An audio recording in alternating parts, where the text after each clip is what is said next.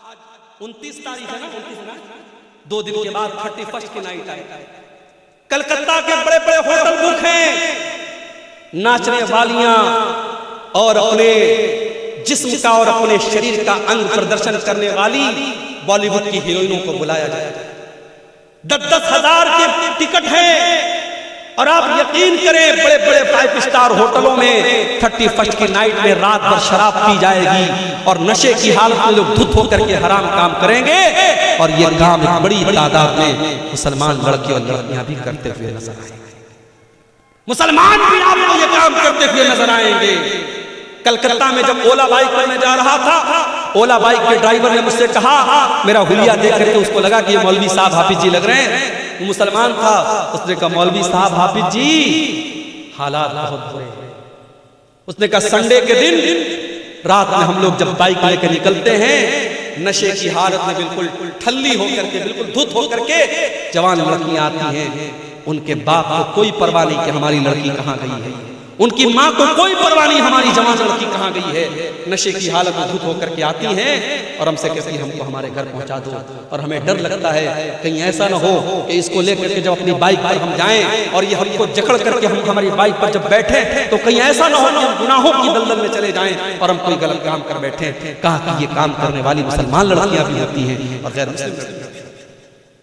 حالات یہ ہے, یہ مسلمان ہیں جنہیں دیکھ کے شرمائے یہود. وضع میں تم ہو نصارہ تو تمدن میں ہنود. یہ مسلمان ہیں جنہیں دیکھ کے شرمائے. مسلمان کی شادی ہو رہی ہے, ناچ گانا بھی ہو رہا ہے. مسلمان کی شادی میں ڈی جے بج رہا ہے. ماشاءاللہ بڑا پکا مسلمان ہے. کیا مجال ہے کہ اس کے اسلام پر کوئی سوال اٹھائے. اس کے گھر میں رات بھر ڈی جے چل رہا ہے. تیرے نبی نے کبھی بانسری کی آواز کو اپنے کانوں میں جانے نہ دیا. تیرے نبی کے صحابہ نے کبھی میوزک کو اپنے گھر میں آنے نہ دیا, اور تو شادی کے موقع پر رات بھر میوزک بجا رہا ہے اور تو اپنے آپ کو مسلمان کہہ رہا ہے. کیا تیرا اسلام صرف تیری مسجد اور تیری نماز تک ہے؟ تیرے شادی بیاہ میں تیرے اسلام سے کوئی مطلب نہیں. میں کہتا ہوں علماء پابندی لگا دیں, جس کے گھر میں شادی میں ڈی جے بجے گا, ناچ گانا ہوگا, سارے علماء مل کر کے یہ طے کر لیں اس کے گھر میں ہم نکاح نہیں پڑھائیں گے, اس کی شادی میں ہم نہیں جائیں گے. لوگوں کے دماغ سے جائیں پڑھائیں, خود اپنا نکاح پڑھائیں. علماء منع کر دیں ہم ایسی شادیاں نہیں کریں. شادی ہماری کیسی ہو رہی ہے. ماشاءاللہ باپ کے چہرے پر شرعی داڑھی ہے, ماتھے پر سجدے کا نشان ہے. شادی میں اپنی جوان بیٹی کو لے کے گیا, کار سے نکلا, جوان بیٹی ساڑی پہن کر کے اور گاؤن پہن کر کے نکلی ہے. اس کا پورا آدھا شریر ڈھکا ہے اور آدھا شریر نظر آ رہا ہے, اور سارے لوگ اس کی لڑکی کو دیکھ رہے ہیں, اور باپ کو کوئی فرق نہیں پڑتا ہے. صاحب فیشن کا زمانہ ہے, شادی کے موقع پر میری لڑکی تو حور بن کے آئی ہے, میری لڑکی جو چاہے پہنے, کیا فرق پڑتا ہے. مجھے بتاؤ کیا شادی کے موقع پر بے پردگی جائز ہو گئی, بے حیائی جائز ہو گئی؟ میں کہتا ہوں وہ لڑکی جتنی گنہگار ہے, وہ لڑکی جتنی گنہگار ہے, اس لڑکی کا جوان باپ اور اس لڑکی کی ماں, اس جوان لڑکی کا باپ اور اس لڑکی کی ماں جس نے اس کو وہ کپڑا لا کے دیا ہے اور وہ کپڑا پہنایا ہے, اور وہ کپڑا پہن کر کے اپنے شریر کا پردرشن کر کے جب وہ لڑکی شادی میں گئی ہے تو باپ بھی برابر گنہگار ہوگا, ماں بھی برابر.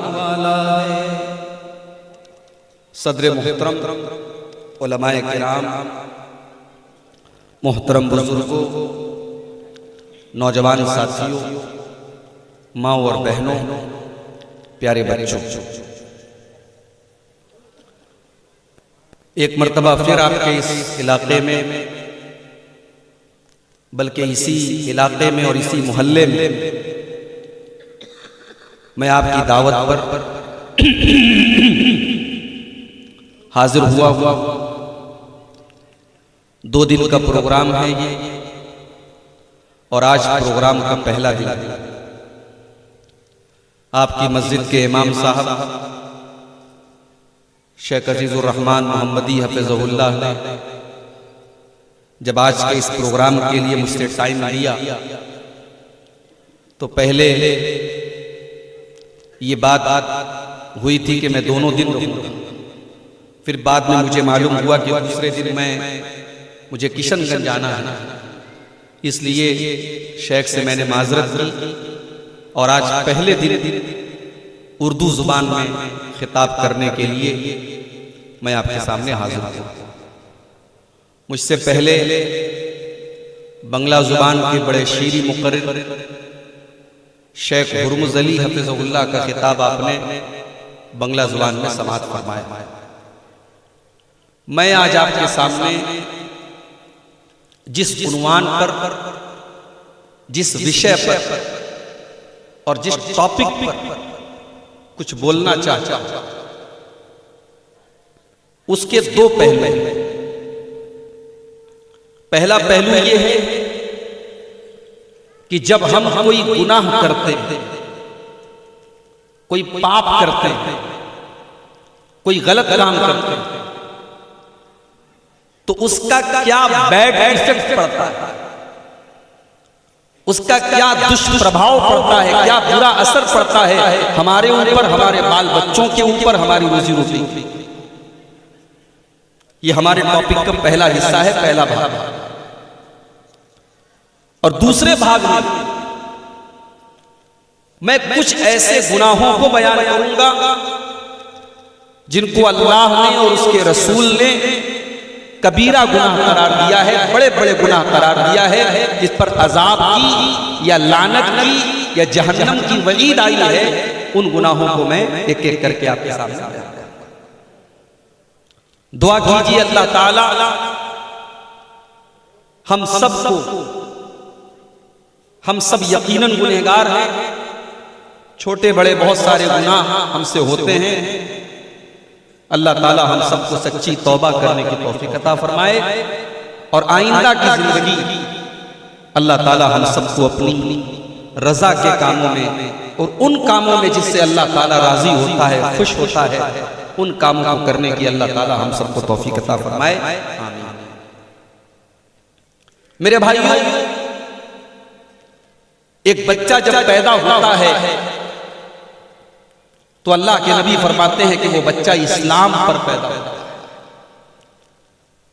بچہ جب ماں کے پیٹ سے آتا ہے، اللہ تبارک و تعالیٰ کی فطرت پر وہ آتا ہے، وہ نیچر پر آتا ہے، اور نیچر یہ بتاتا ہے، فطرت یہ بتاتی ہے، پرکرتی یہ بتاتی ہے کہ انسان کا پیدا کرنے والا ایک ہے، انسان کی سرشٹی کرنے والا، انسان کو بنانے والا، انسان کو روزی روٹی دینے والا ایک اللہ۔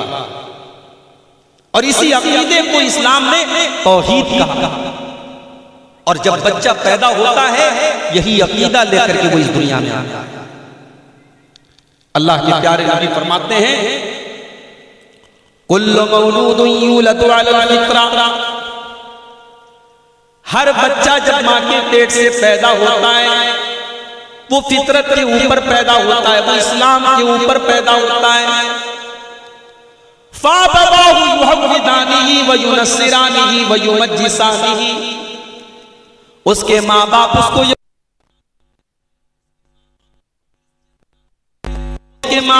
کو عیسائی بنا دیتے ہیں، مجوسی بنا دیتے ہیں۔ اس کا مطلب یہ ہوا کہ بچہ جب پیدا ہوتا ہے وہ اسلام پر پیدا ہوتا ہے، چاہے وہ مسلمان کے گھر میں بچہ پیدا ہوا ہو، چاہے نان مسلم کے گھر میں بچہ پیدا ہوا۔ جب وہ بچہ پیدا ہوا تھا، ایک اللہ کو اس کے دل کی جو آواز تھی، اس کے سب کانشیس میں جو بات بیٹھی تھی، اس کے دماغ میں جو بات بیٹھی تھی کہ میرا معبود ایک ہے، میری عبادت کے لائق اگر کوئی ایک ہے، کوئی ذات ہے تو ایک اللہ کی ذات۔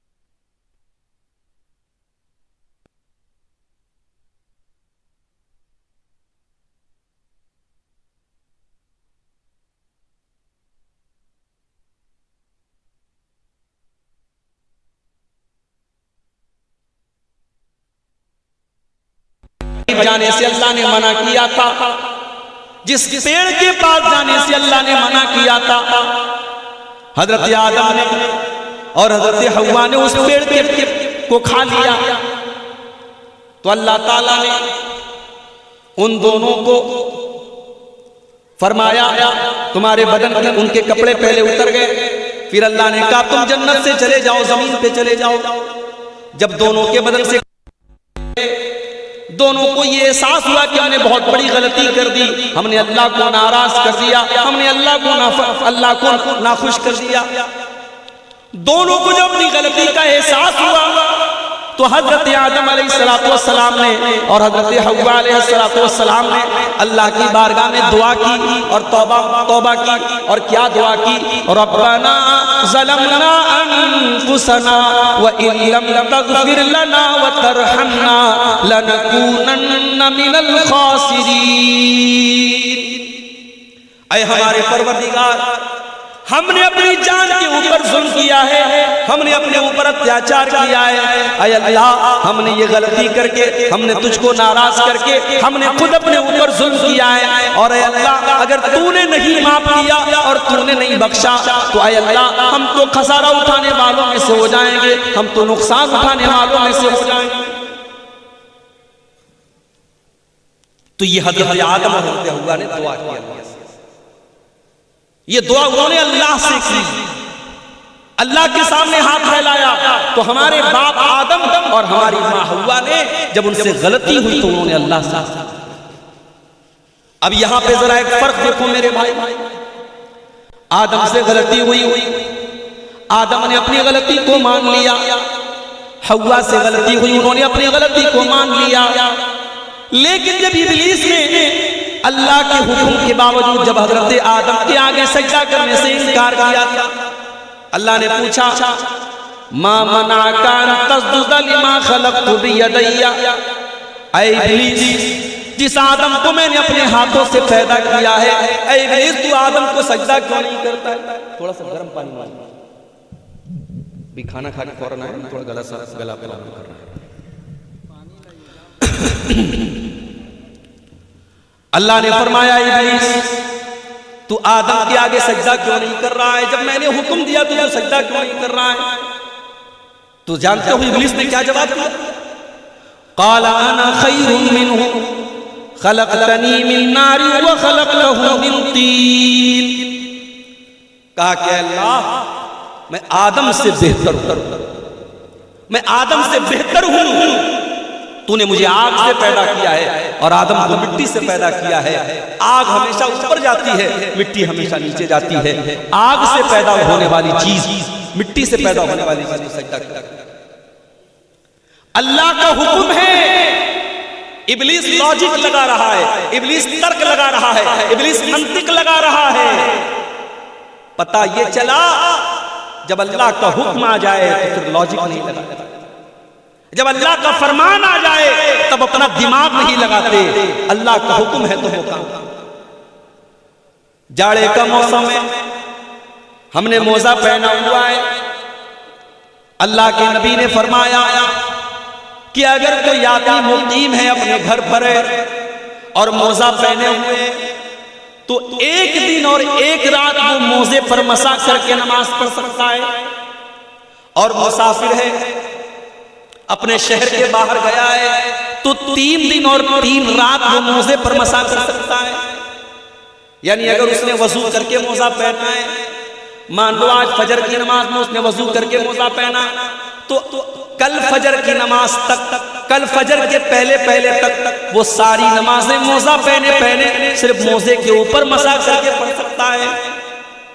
اب ذرا غور کرو، موزہ جب ہم پہنتے ہیں اور جب ہم موزہ پہن کر کے زمین پہ چلتے ہیں تو ہمارے موزے کا جو نچلا حصہ ہوتا ہے وہ گندا ہوتا ہے، وہ ڈسٹی ہو جاتا ہے اور اس میں دھول لگ جاتی ہے، مٹی لگ جاتی ہے۔ مگر جب ہم مسا کرتے ہیں تو موزے کے اوپر مسا کرتے ہیں، موزے کے نیچے مسا نہیں۔ اگر لاجک لگاؤ گے، اگر عقل لگاؤ گے تو عقل یہ کہتی ہے کہ موزے کے نیچے مسا ہونا چاہیے، ڈسٹ تو وہاں لگا ہے، دھول تو وہاں لگی ہے، مٹی تو وہاں لگی ہے، مگر یہاں لاجک نہیں لگائیں گے، یہاں عقل نہیں لگائیں گے، اللہ کا حکم ہے ہم موزے کے اوپر مسا۔ ابلیس نے لاجک لگایا، ابلیس نے کہا کہ اللہ میں آدم کو سجدہ نہیں کروں گا کیونکہ میں آگ سے پیدا ہوا ہوں اور آدم مٹی سے پیدا ہوئے ہیں، اور آگ سے پیدا ہونے والی چیز مٹی سے پیدا ہونے والی چیز کو سجدہ نہیں کر سکتی۔ اللہ نے کہا اچھا میرے حکم کے آگے تو لاجک لگا رہا ہے، میرے آدیش کے بعد تو منطق لگا رہا ہے، عقل لگا رہا ہے۔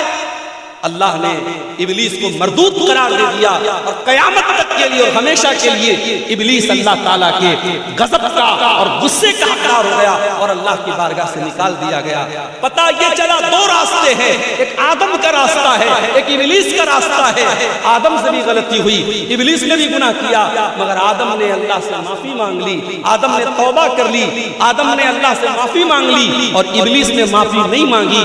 ابلیس نے گناہ کیا اور گناہ کرنے کے بعد اپنے گناہ کے اوپر ڈٹا رہا اور ڈھٹائی کرتا رہا۔ اسی کو کہتے ہیں ایک تو چوری اوپر سے سیدھا، ایک تو چوری کر رہا ہے، اللہ کو ناراض کر رہا ہے، اور اس کے بعد اپنے گناہ کی دلیل دے رہا ہے۔ میرے پیارے ساتھیوں، اسی آدم کی اولاد ہے۔ میری پیاری ماں بہن، میرے نوجوان ساتھیوں، اسی آدم کی اولاد ہم اور آپ ہیں، اسی حوا کی اولاد ہم اور آپ ہیں۔ جب ہم سے کوئی غلطی ہو جائے، جب ہم سے کوئی گناہ ہو جائے، ہم اللہ سے معافی مانگ لیا کریں، ہم اللہ سے توبہ کر لیا کریں۔ اللہ تعالیٰ تو تواب الرحیم ہے، اللہ تعالیٰ تو غفور الرحیم ہے، وہ ہمارے توبہ کرنے کے بعد ہمارے گناہوں کو نیکیوں میں کنورٹ کر دے گا، بدل دے گا۔ جانتے ہو ایک بڑی پیاری حدیث آپ کو سنانے جا رہے ہیں۔ یہ حدیث آپ کو صحیح مسلم کے اندر ملے گی۔ اللہ کے نبی فرماتے ہیں جب بندہ کوئی نیکی کا کام کرنا چاہتا ہے، جب بندہ کوئی نیکی کے کام کرنے کا ارادہ کرتا ہے، اللہ تعالیٰ فرشتے سے کہتا ہے میرا بندہ نیکی کے کام کا ارادہ کر رہا ہے، اس کے نام اعمال میں ایک نیکی لکھ دو۔ ابھی اس نے نیکی نہیں کیا ہے، ابھی اس نے نیکی کا ارادہ کیا ہے، ابھی وہ رات میں عشاء کی نماز پڑھ کے آیا ہے، وہ بستر پہ یہ سوچ کے سویا ہے کہ کل میں تہجد کی نماز پڑھوں گا، ابھی اس نے صرف ارادہ کیا ہے، اللہ تعالیٰ نے اس کے نام اعمال میں ایک نیکی لکھ دی۔ رات میں 2 بجے نیند کھلی، رات میں 3 بجے نیند کھلی۔ وہ آج کے نوجوانوں کی طرح تو نہیں ہوگا جو رات کو 2 بجے تک اور 3 بجے تک لڑکیوں سے چیٹنگ کرنے میں اپنا ٹائم گزارے۔ وہ عشاء پڑھ کے بیچارہ سویا ہے، میں رات میں تہجد پڑھوں گا، رات میں 2 بجے اٹھتا ہے اور اللہ کی بارگاہ میں تہجد پڑھتا ہے۔ اگر وہ تہجد پڑھ لے گا تو اللہ کے نبی فرماتے ہیں اس کے نام اعمال میں 10 نیکیوں کا ثواب ملتا ہے۔ اس نے 8 رکعت تہجد کی نماز پڑھی، لیکن اس کو ثواب ملے گا 80 رکعت پڑھنے کا، اس کو 10 گنا زیادہ ثواب ملے گا۔ صرف ارادہ کر کے سویا تھا، اللہ نے ایک نیکی لکھ دی، اور جب وہ کام کر لیا اللہ نے 10 نیکی کا ثواب اس کو دے دیا۔ اس کے اپوزٹ میں اب ذرا غور سے سنیے گا، اللہ کتنا رحمان ہے اور کتنا کرپالو ہے اور کتنا دیالو ہے، اس کی کرپائیں کتنی بڑی، اس کی دیا کتنی بڑی ہے، اس کی رحمت کتنی بڑی ہے۔ ذرا اس حدیث سے اندازہ لگاؤ میرے بھائی۔ اللہ کے نبی فرماتے ہیں اگر بندہ کسی گناہ کے کام کا ارادہ کرتا ہے، کسی غلط کام کا ارادہ کرتا ہے، کوئی بھی غلط کام کرنے کا ارادہ کرتا ہے، اللہ فرشتوں سے کہتا ہے رک جاؤ، ابھی بندے نے ارادہ کیا ہے، ابھی اس نے گناہ کا کام نہیں کیا ہے، اس نے غلط کام نہیں کیا ہے، جب تک میرا بندہ وہ گناہ کا کام نہ کر دے، جب تک وہ غلط کام نہ کر دے، اس کے نام اعمال میں تم گناہ مت لکھنا۔ دیکھو نیکی کا ارادہ کیا تھا، نیکی کا ثواب اللہ نے لکھ دیا تھا، مگر گناہ کا ارادہ کیا ہے، ابھی اللہ نے گناہ کا اس کے نام اعمال میں گناہ کو نہیں لکھا، منع کر دیا فرشتوں سے ابھی۔ اس کے بعد اللہ کے نبی فرماتے ہیں اگر بندہ وہ گناہ کا کام کر لیتا ہے، چوری کر لیتا ہے، زنا کر لیتا ہے، جھوٹ بول دیتا ہے، شراب پی لیتا ہے، کوئی بھی غلط کام کر لیتا ہے، اس کے نام اعمال میں ایک گناہ لکھ دیا جاتا ہے، ایک گناہ کا عذاب اس کے نام اعمال میں لکھ دیا جاتا ہے. لیکن اگر ارادہ کرنے کے بعد اگر بندہ گناہ سے بچ جائے اور گناہ نہ کرے تو ذرا اس اللہ کی رحمت دیکھو. اللہ فرشتوں سے کہتا ہے میرے بندے نے میرے ڈر سے اس گناہ کو چھوڑ دیا ہے, میرا ڈر اس کے دل میں پیدا ہو گیا اور اس نے گناہ کا ارادہ کر کے گناہ نہیں کیا ہے. اے فرشتوں, اس کے نام اعمال میں ایک نیکی لکھ دو. اس نے گناہ کا ارادہ کر کے گناہ نہیں کیا, اس نے میرے ڈر سے ایسا نہیں کیا. اے میرے فرشتوں, اس کے نام اعمال میں ایک نیکی لکھ دو. یہ ہے اس اللہ کی رحمت. اس لیے اگر ہم سے کوئی گناہ ہو جائے تو ہم اللہ سے سچی توبہ کریں, ہم اللہ سے معافی مانگیں. اچھا, توبہ کا مطلب سمجھتے ہیں؟ جب ہم گاڑی چلاتے ہیں, چاہے ہم کار چلا رہے ہو یا بائک چلا رہے ہو, تو آپ نے راستے میں کہیں کہیں دیکھا ہوگا روڈ کے اوپر یو ٹرن لینا ہوتا ہے. اگر ہمیں اس سائیڈ سے اس سائیڈ آنا ہے تو ہم یو ٹرن لیتے ہیں, پوری گاڑی کو ہم گھما کے اپوزٹ راستے پہ لے کے آتے ہیں. توبہ کا مطلب ہوتا ہے یو ٹرن لینا. توبہ کا مطلب ہوتا ہے آپ اللہ تعالیٰ کے راستے سے بھٹک گئے تھے, صراط مستقیم سے بھٹک گئے تھے, اب آپ یو ٹرن لے رہے ہیں, آپ اللہ کے راستے پر واپس لوٹ رہے ہیں. اس لیے اللہ تعالیٰ قرآن کریم میں فرماتا ہے اِلَّا مَن تَابَ وَآمَنَ وَعَمِلَ عَمَلًا صَالِحًا فَأُولَئِكَ يُبَدِّلُ اللَّهُ سَيِّئَاتِهِمْ حَسَنَاتٍ. جو توبہ کر لے, جو ایمان لے آئے اور جو نیک عمل کر لے, ہم اس کے گناہوں کو نیکیوں میں بدل دیں گے. کل تک وہ شراب پیا کرتا تھا, کل تک وہ زنا کیا کرتا تھا, کل تک وہ جھوٹ بولا کرتا تھا, کل تک وہ حرام کام کیا کرتا تھا. آج اس نے سچی توبہ کر لی, آج اس نے اللہ سے معافی مانگ لی, آج وہ نیک عمل کرنے لگا, آج اس نے اپنے آپ کو سدھار لیا, تو اللہ تعالیٰ اس کو معاف بھی کر دے گا اور اس کے سارے گناہوں کو نیکیوں میں بدل دے گا. اس اللہ کا کرم دیکھو, اس اللہ کی رحمت کا دریا دیکھو. فَأُولَئِكَ يُبَدِّلُ اللَّهُ سَيِّئَاتِهِمْ حَسَنَاتٍ. بھئی دنیا میں اگر ہمارا ایک باپ کا اگر بیٹا کوئی غلطی کر دے اور بیٹا کے باپ سے کہ ابا مجھ سے غلطی ہو گئی, بچہ غلطی کر دے, ماں سے آ کے کہ اماں غلطی ہو گئی, تو ماں معاف کر دیتی ہے, بیٹا معاف کرتا ہے. مگر باپ جب معاف کرتا ہے, ماں جب معاف کرتی ہے, تو ایسا تو نہیں کرتی ہے ماں, ایسا تو نہیں کرتا ہے باپ کہ اس بچے کو معاف کر دے اور اس کے بعد اس کو تحفہ دے دے. مگر وہ اللہ, وہ جب ہم توبہ کرتے ہیں میرے بھائیوں, تو وہ ہمیں معاف بھی کرتا ہے اور ہمیں تحفہ دیتا ہے, ہمارے گناہوں کو نیکیوں میں بدل دیتا ہے. کہ اس اللہ کا کرم ہے, کہ اس کی رحمت ہے میرے پیارے ساتھ. اس لیے کبھی بھی کتنا بھی انسان گنہگار ہو, اسے اللہ کی رحمت سے مایوس نہیں ہونا چاہیے. اگر آپ کو لگتا ہے کہ میں بہت گنہگار ہوں اور میری دعا اللہ تعالیٰ نہیں سنے گا, تو آؤ قرآن کی میں وہ آیت پڑھتا ہوں. یہی وہ آیت ہے جس کے بارے میں عبداللہ بن مسعود کہا کرتے تھے ارجا آیت فی کتاب اللہ.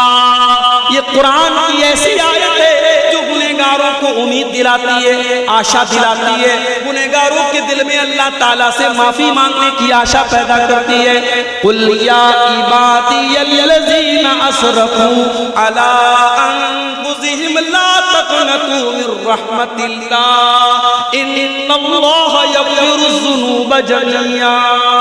اے میرے بندو, اے میرے بندو, اگر تم نے گناہ کر کے اور پاپ کر کے اپنے اوپر اتیاچار کر لیا ہے, ظلم کر لیا ہے, لا تقنطوا من رحمت اللہ, تم اللہ کی رحمت سے مایوس نہ ہونا, تم اللہ کی رحمت سے نراش نہ ہونا, تم اللہ کی رحمت سے تم نا امید مت ہونا. اللہ تمہارے تمام گناہوں کو معاف کر دے گا. اللہ کے نبی ایک واقعہ بیان کرتے ہیں. بنی اسرائیل میں ایک آدمی تھا جس نے 99 لوگوں کا مرڈر کیا تھا, 99 لوگوں کا اس نے خون کیا تھا. 99 لوگوں کا مرڈر کرنے کے بعد اس کے دل میں خیال پیدا ہوا کہ میں بہت گنہگار ہوں, مجھے اللہ سے معافی مانگ لینی چاہیے, توبہ کرنی چاہیے. اس کے دل میں توبہ کا خیال آیا. اس نے کسی سے پوچھا میں توبہ کرنا چاہتا ہوں, کیا کروں؟ کسی نے کہا کہ فلاں کے پاس چلے جاؤ, وہ اس دور کا سب سے بڑا عالم ہے, اس کے پاس چلے جاؤ, وہ تمہیں کوئی راستہ بتائے گا. بخاری کے الفاظ ہیں وہ 99 لوگوں کا قاتل، وہ ڈاکو اس آدمی کے پاس پہنچا جو بہت بڑا راہب تھا، بہت بڑا عبادت گزار تھا، مگر عالم نہیں تھا۔ لوگ اس کو عالم سمجھتے تھے مگر وہ عالم نہیں تھا، عالم نہیں تھا، بہت بڑا عابد تھا، بہت عبادت گزار تھا۔ 99 لوگوں کا مرڈر کرنے کے بعد اس کے پاس پہنچا کہ مولوی صاحب، امام صاحب، میں نے 99 لوگوں کا مرڈر کیا ہے اور اب میرے دل میں توبہ کا خیال آیا ہے، میں توبہ کرنا چاہتا ہوں، میں اللہ سے معافی مانگنا چاہتا ہوں، کیا میری توبہ اللہ تعالیٰ قبول کرے گا؟ اب دیکھو، مسئلہ ہمیشہ عالم سے پوچھنا چاہتا، وہ عالم نہیں تھا، وہ راہب تھا۔ راہب الگ ہوتا ہے، عالم الگ ہوتا ہے۔ ہو سکتا ہے ایک آدمی بہت بڑا عبادت گزار ہو، راتوں میں تہجد پڑھتا ہو، دن میں روزہ رکھتا ہو، مگر یہ ضروری نہیں ہے، یہ آوشیک نہیں ہے کہ وہ عالم بھی ہو۔ بھئی آپ بیمار ہوتے ہیں، آپ ڈاکٹر کے پاس جاتے ہیں، اور ڈاکٹر کے پاس بھی اس ڈاکٹر کے پاس جاتے ہیں جس کے پاس آپ کی بیماری کا علاج ہے، جو اسپیشلسٹ ہو۔ اگر آپ کو لیور کی پرابلم ہے تو آپ گیسٹرولوجسٹ کے پاس جائیں، اگر آپ کو دل کی پرابلم ہے آپ کارڈیولوجسٹ کے پاس جائیں، اگر آپ کو دماغ کی پرابلم ہے آپ سائیکیٹرسٹ کے پاس جائیں، اگر آپ کو ہڈی کی پرابلم ہے آپ آرتھو کے اسپیشلسٹ کے پاس جائیں، اگر آپ کی نس میں کوئی پرابلم ہے آپ نیورولوجسٹ کے پاس جائیں۔ ہر فیلڈ کا ایک ماہر ڈاکٹر ہے، آپ اس ڈاکٹر کے پاس جائیں گے جو آپ کی بیماری کی فیلڈ میں ماہر ہو۔ مگر دین کا مسئلہ آتا ہے تو صاحب جو انٹرنیٹ پر بیٹھ کر کے 2-4 لمبی چوڑی باتیں کرے، ہم اسے علامہ بنا دیتے ہیں، اسے امام بنا دیتے ہیں، اس کو فالو کرنے لگتے ہیں۔ کتنے نوجوان ہمارے ہیں انجینئر علی مرزا کو بہت فالو کرتے ہیں، مجھے معلوم ہے آپ کے بنگال میں بھی بہت سارے نوجوان بڑے متاثر ہیں انجینئر علی مرزا۔ جس انسان کی یہ اوقات ہے کہ وہ کھڑے ہو کر کے اپنی تقریر میں کہتا ہے صاحب امام حرم کو بھی عین نکالنا نہیں آتا۔ دنیا کے بہترین قرآن پڑھنے والے جو حرم کے امام ہیں، یہ کمبخت کہہ رہا ہے کہ ان کو عین نکالنا، جب وہ ایاک نستعین کہتے تو ان سے عین نہیں نکلتی ہے، عین میں نکالتا۔ اور جب علماء نے اس کو پکڑا اور کئی جگہ اس میں قرآن کی آیتوں کو غلط پڑھا، تب اس کو فالو کرنے والے کہتے ہیں کہ آپ لوگوں کی تو دکانیں بند کر دی علی مرزا نے، تو آپ تو اس کی غلطیاں نکال کر۔ میرے بھائی کبھی ٹھنڈے دماغ سے غور کرو، میرے نبی نے فرمایا تھا کہ ہر دور میں میری امت میں ایک جماعت ایسی رہے گی جو صحیح کو صحیح کہے گی، غلط کو غلط کہے گی۔ اگر علی مرزا جو بات پیش کر رہا ہے اگر وہ بات صحیح ہے تو علی مرزا کے پہلے یہ باتیں کہنے والا کوئی کیوں نہیں؟ اس امت میں 1400 سال سے آج تک جو سلف کا عقیدہ ہے، جو امت کا عقیدہ ہے، سب نے حضرت معاویہ کو صحابی مانا ہے، سب نے حضرت معاویہ کا احترام کیا ہے، اور سب نے یہ کہا ہے صحابہ کے بیچ میں جو اختلاف ہوا ہے، جو لڑائی جھگڑا ہوا ہے، جو جنگ ہوئی ہے، اس کے بارے میں اپنی زبان کو بند کر۔ اور یہ مردود کیا کہتا ہے؟ یہ کہتا ہے صاحب اگر میں ہوتا اس دور میں تو میں علی کے ساتھ ہوتا اور میں معاویہ کے خلاف جنگ کرتا۔ ارے تو ہے کون، تیری اوقات کیا ہے؟ اور آج ہمارا نوجوان ایسے انسان کو اپنا امام مانتے ہیں، اپنا اس کو فالو کرتے ہیں، اس کی تقریریں سن کر کے بہت ساری عورتیں اس کی تقریریں سنتی ہیں، کہتی ہیں صاحب وہ بڑی اچھی باتیں کرتے ہیں، سماجی باتیں کرتے ہیں۔ معاف کیجئے گا، معاف کیجئے گا، آپ جس کو امام اور اپنا عالم بنا رہے ہیں اور جس کی آپ تقریروں کو سن رہے ہیں، میرے بھائیوں اس کے عقیدے کا بھی صحیح ہونا بہت ضروری ہے، اس کے عقیدے کا ہونا بھی بہت ضروری ہے۔ آپ اگر کسی کی تقریر سن رہے ہیں آپ اس کو اپنے دین کا ٹیچر بنا رہے ہیں، اور ٹیچر ہر غیر نتھو خیرے کو نہیں بنایا جاتا، ٹیچر اس کو بنایا جاتا ہے جو ہمارے سبجیکٹ کا ماہر ہو۔ ہم سائنس پڑھنے جاتے ہیں تو میتھ کے ٹیچر کے پاس نہیں جاتے، میتھ پڑھنے جاتے تو انگلش کے ٹیچر کے پاس نہیں جاتے، انگلش پڑھنے جاتے تو ہسٹری کے ٹیچر کے پاس نہیں جاتے، ہم سبجیکٹ کے ٹیچر سے ہم کانٹیکٹ کرتے ہیں اور اس سے ہم علم لیتے ہیں۔ میرے بھائیوں دین کا علم علماء سے، اور جب علماء کی بات آئی تو ایک اور درد میرے دل میں ہے، وہ آج آپ کے سامنے بیان ہے۔ ماشاءاللہ کلیا چک کا علاقہ پورے ہندوستان میں اس کی اپنی ایک پہچان ہے۔ ہم نے دیکھا تھا جب پورے ملک میں ناانصافی کے خلاف دھرنا پردرشن ہو رہا تھا،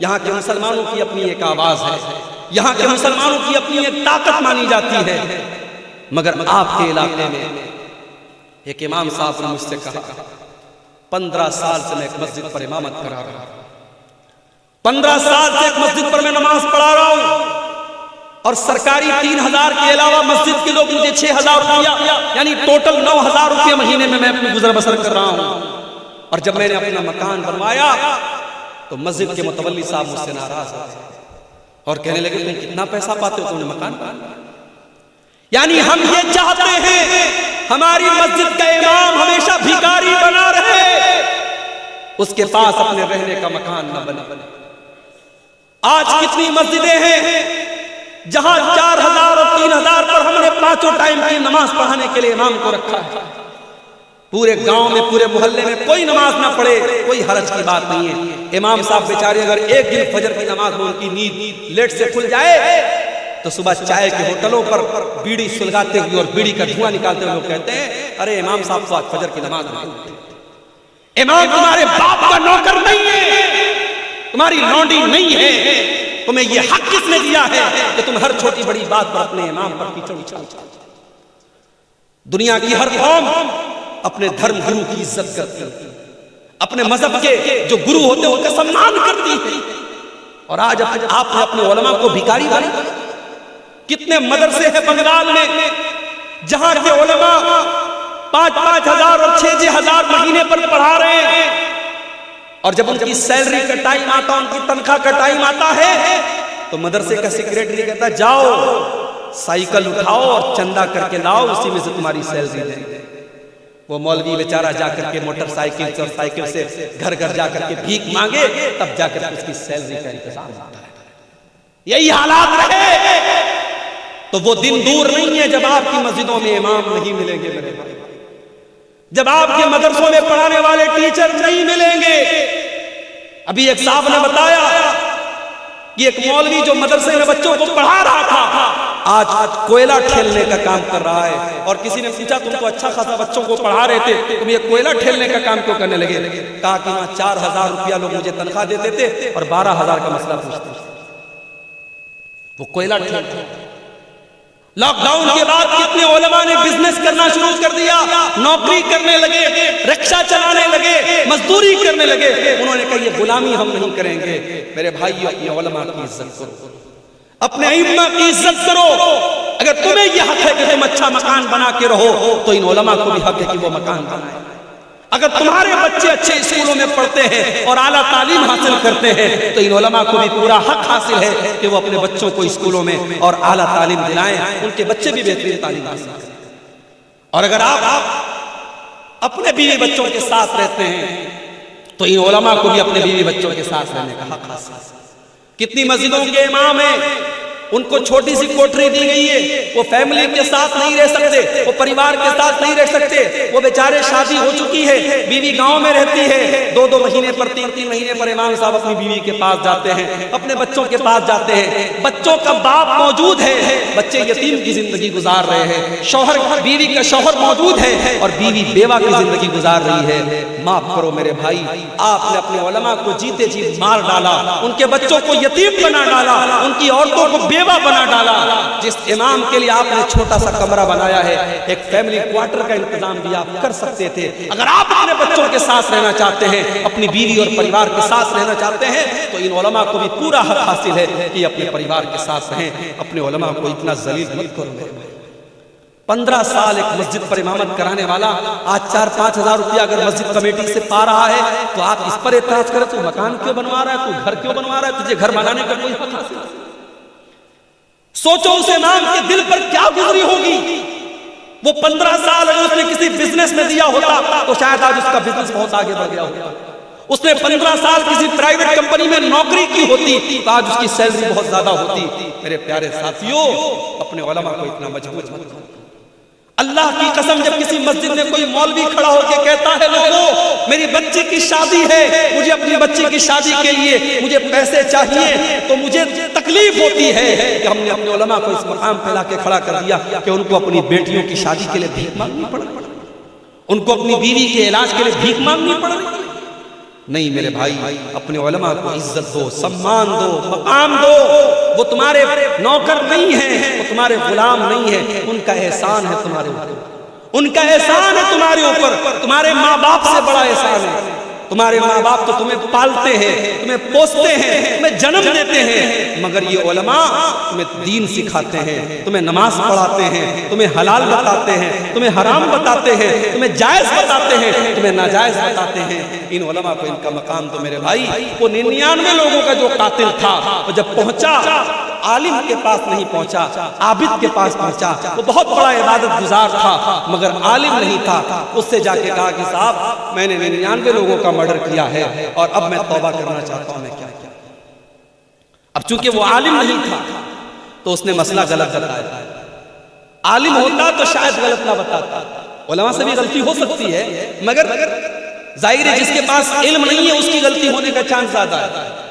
اس نے کہا 99 لوگوں کے قاتل، تو بڑا آیا توبہ کرنے، 900 چوہے کھا کر کے بلی حج کرنے چلی آئی، تو چلا جا، تیری توبہ قبول نہیں ہوگی، اللہ تجھے معاف نہیں کرے گا، تو نے 99 لوگوں کا خون بہایا ہے، اللہ تیری توبہ قبول نہیں کرے گا۔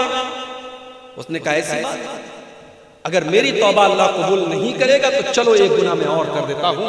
اس نے اس عابد کو بھی قتل کر ڈالا اور 100 قتل اس نے پورے اس نے 100 قتل کر دیے، 100 قتل کر دیے۔ پھر اس کے دل میں توبہ کا خیال آیا، پھر اس نے پوچھا کسی سے میں توبہ کرنا چاہتا ہوں، کیا کروں؟ کسی نے بتایا فلاں کے پاس چلے جاؤ، وہ اس دور کا سب سے بڑا عالم ہے۔ وہ اس کے پاس پہنچا، وہ واقعی میں عالم تھا۔ اس سے جا کر کے کہا کہ میں نے 100 لوگوں کی ہتیا کی ہے، 100 لوگوں کو قتل کیا ہے، میں توبہ کرنا چاہتا ہوں، میں اللہ سے معافی مانگنا چاہتا ہوں، کیا اللہ میری توبہ قبول کرے گا؟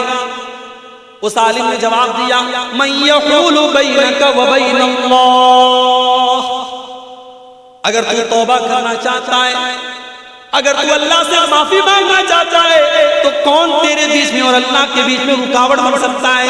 تو اللہ سے توبہ کر لے، تو اللہ سے معافی مانگ لے، اللہ ضرور تیری توبہ کو قبول کرے گا۔ اس نے صحیح جواب دیا کہ 100 لوگوں کا قتل کرنے کے بعد بھی اگر تو توبہ کرنا چاہتا ہے اللہ تیری توبہ کو قبول کرے گا، مگر اس کے لیے تجھے ایک کام کرنا پڑے گا، تجھے برے لوگوں کی بستی کو چھوڑنا پڑے گا۔ یہ برے لوگوں کی بستی ہے، یہ گناہگاروں کی بستی ہے، اسے چھوڑ کر کے تجھے فلاں بستی میں جانا پڑے گا جہاں نیک لوگ رہتے ہیں، جہاں اچھے لوگ رہتے ہیں۔ پتہ یہ چلا میرے بھائیوں، انسان کے اوپر صحبت کا بھی اثر پڑتا ہے۔ شرابیوں کے ساتھ بیٹھو گے شرابی ہو جاؤ گے، زانیوں کے ساتھ بیٹھو گے زنا تمہاری نظر میں ہلکا ہو جائے گا، بے نمازیوں کے ساتھ بیٹھو گے تو نماز کی وقت اور اہمیت کم ہو جائے گی۔ اس لیے میرے بھائیوں اور میری بہنوں، جب آپ کسی سے دوستی کرو، کسی کو اپنا دوست بناؤ تو دیکھ بھال کر کے اپنا دوست بناؤ، اچھے لوگوں کو اپنا دوست بناؤ۔ اگر بے دین لوگوں کو اور دین سے دور لوگوں کو اپنا دوست بناؤ گے تو تمہارے دین کو برباد کر ڈالیں گے۔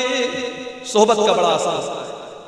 اب وہ 100 لوگوں کا قاتل اپنے گاؤں سے نکلا، اپنی بستی سے نکلا، اور ابھی وہ راستے ہی میں تھا کہ اس کی موت کا ٹائم آیا۔ اب جب موت کا ٹائم آ گیا تو رحمت کے فرشتے بھی موقع پر پہنچ گئے اور عذاب کا فرشتہ بھی پہنچ گیا۔ عذاب کا فرشتہ کہنے لگا یہ 100 لوگوں کا قاتل ہے، اس کی روح کو میں لے کر کے جاؤں گا، یہ عذاب کا حقدار ہے۔ رحمت کا فرشتہ کہنے لگا نہیں، یہ تو توبہ کر چکا تھا، یہ تو اللہ سے معافی مانگ چکا تھا، یہ تو نیک لوگوں کی بستی کی طرف جا رہا تھا، یہ تو اللہ کی رحمت کا حقدار ہے، اس کی روح کو میں لے کر کے جاؤں گا۔ اب رحمت کا فرشتہ اور عذاب کا فرشتہ دونوں آپس میں لڑنے لگے۔ اللہ نے تیسرے فرشتوں کو بھیجا انسان کی شکل میں، وہ وہاں سے گزرنے لگے۔ دونوں فرشتوں نے اس کو روکا، کہ بھائی ہم دونوں فرشتے ہیں، یہ رحمت کا فرشتہ ہے، میں عذاب کا فرشتہ ہوں، اور ہمارے بیچ میں یہ معاملہ چل رہا ہے، آپ ہی کوئی حل بتا دیجیے۔ تو اس فرشتے نے جو انسان کی شکل میں اللہ کی طرف سے بھیجا گیا تھا، اس فرشتے نے یہ فیصلہ کیا کہ ایک کام کرو، تم لوگ تو فرشتے ہو، تمہارے لیے کوئی مشکل نہیں ہے، تم پورے راستے کا ماپ کر دو، پورے راستے کو ناپ لو، اگر یہ گنہگاروں کی بستی سے زیادہ قریب ہے تو اس کو عذاب کا فرشتہ لے کر کے جائے گا، اور اگر یہ نیک لوگوں کی بستی سے زیادہ قریب ہے تو اس کو رحمت کا فرشتہ لے کے جائے گا۔ جب دونوں فرشتوں نے راستے کو ناپا ہے، حدیث کے الفاظ ہیں میرے پیارے ساتھیوں، اللہ کے نبی فرماتے ہیں کہ وہ ایک بالش، یہ جو ہاتھ کے پنجے کا جو یہ ماپ ہوتا ہے، اس کو اردو میں بالش کہتے ہیں، ہمارے ہاں اردو میں بتا بولتے ہیں اس کو۔ ایک بتا یا ایک بالشت جو ہے وہ انسان، وہ 100 لوگوں کا جو قاتل تھا، وہ نیک لوگوں کی بستی سے زیادہ قریب تھا، اللہ کی رحمت کا فرشتہ اس کو لے کے گیا ہے۔ اس لیے گناہ جتنے بھی زیادہ ہو جائیں، اللہ کی رحمت سے انسان کو مایوس نہیں ہونا چاہیے، توبہ کرنا چاہیے، اللہ سے معافی مانگنا چاہیے۔ مگر یہ بات یاد رکھو میرے بھائی، جب ہم کوئی گناہ کا کام کرتے ہیں، اس گناہ کا اثر ہمارے بچوں پر بھی پڑتا ہے، ہمارے اوپر بھی پڑتا ہے، ہمارے اوپر یہ پڑتا ہے کہ ہمارے دل سخت ہو جاتے ہیں، ہمارے دل کٹھور ہو جاتے ہیں، اور دل جب کٹھور ہو جاتا ہے، دل جب سخت ہو جاتا ہے تو قرآن کی آیتوں کا اثر نہیں ہوتا ہے، نبی کی حدیثوں کا اثر نہیں ہوتا ہے۔ آج رات بھر جلسے ہو رہے ہیں، جمعہ کے اندر خطبے ہو رہے ہیں، تقریریں ہو رہی ہیں، مگر دل کے اوپر کوئی اثر نہیں پڑ رہا ہے، کیونکہ دل سخت ہو چکا ہے، دل کٹھور ہو گیا ہے، دل سخت۔ اسی لیے اللہ نے قرآن کے پہلے پارے میں جب بنی اسرائیل کا ذکر کیا تو فرمایا ثم قست قلوبکم من بعد ذلک فہی کالحجارۃ او اشد قسوا۔ اے یہودیو، تم نے اللہ کو اتنا ناراض کیا، تم نے اللہ کو اتنا ناراض کیا کہ گناہ کرنے کی وجہ سے تمہارے دل سخت ہو گئے، اور اتنے سخت ہو گئے فہی کالحجارۃ او اشد قسوا، تمہارے دل تو پتھروں سے بھی زیادہ سخت ہو گئے، دل کٹھور ہو گیا ہے۔ تقریریں سن رہے ہیں ہم، مگر دل کے اوپر اثر نہیں پڑ رہا ہے، ہم بیان سن رہے ہیں، ہم قرآن کی آیتیں سن رہے ہیں، مگر دل کے اوپر اثر نہیں پڑ رہا ہے۔ تو دل کو اگر سختی سے بچانا ہے تو گناہ سے بچنا پڑے گا۔ اسی لیے اللہ کے نبی فرماتے ہیں جب بندہ کوئی گناہ کرتا ہے نُقِطَتْ فِي قَلْبِهِ نُقْطَةً سَوْدَاء، اس کے دل کے اوپر ایک کالے رنگ کا نقطہ ڈال دیا جاتا ہے، ایک کالے رنگ کا دھبا ڈال دیا جاتا ہے۔ اگر بندہ توبہ کر لیتا ہے، اگر بندہ اللہ سے معافی مانگ لیتا ہے، وہ کالے رنگ کا دھبا مٹا دیا جاتا ہے، اور اگر بندہ دوبارہ وہ گناہ کرتا ہے، وہ کالے رنگ کے دھبے اور بڑھتے چلے جاتے ہیں، حتیٰ تَعْلُوَ قَلْبُهُ، یہاں تک کہ اس کے پورے دل کے اوپر چھا جاتے ہیں۔ جب بندہ گناہ پر گناہ کرتا چلا جاتا ہے، اس کا پورا دل کالا ہو جاتا ہے، اور جب دل کالا ہو جاتا ہے تو انسان کا دل کیسا ہو جاتا ہے؟ کَلَّا بَلْ رَانَ عَلَىٰ قُلُوبِهِم مَّا كَانُوا يَكْسِبُونَ، انسان کے گناہ اس کے دل کے اوپر چھا جاتے ہیں، پھر دل کے اوپر کوئی اثر نہیں پڑتا ہے۔ تو اس لیے اگر گناہ کریں گے ہم تو ہمارے دل سخت ہو جائیں گے، یہ گناہ کا پہلا نقصان۔ گناہ کا دوسرا نقصان، انسان اگر گناہ کرے گا اس کی روزی روٹی پر اثر پڑے گا، اس کے مقدر میں جو روزی ملنے والی تھی، اس کی دکان پہ جو کسٹمر آنے والا تھا، اس کے کاروبار میں جو منافع اور پروفٹ ہونے والا تھا، وہ اللہ تعالیٰ ہٹا لیتا ہے، چھین لیتا ہے۔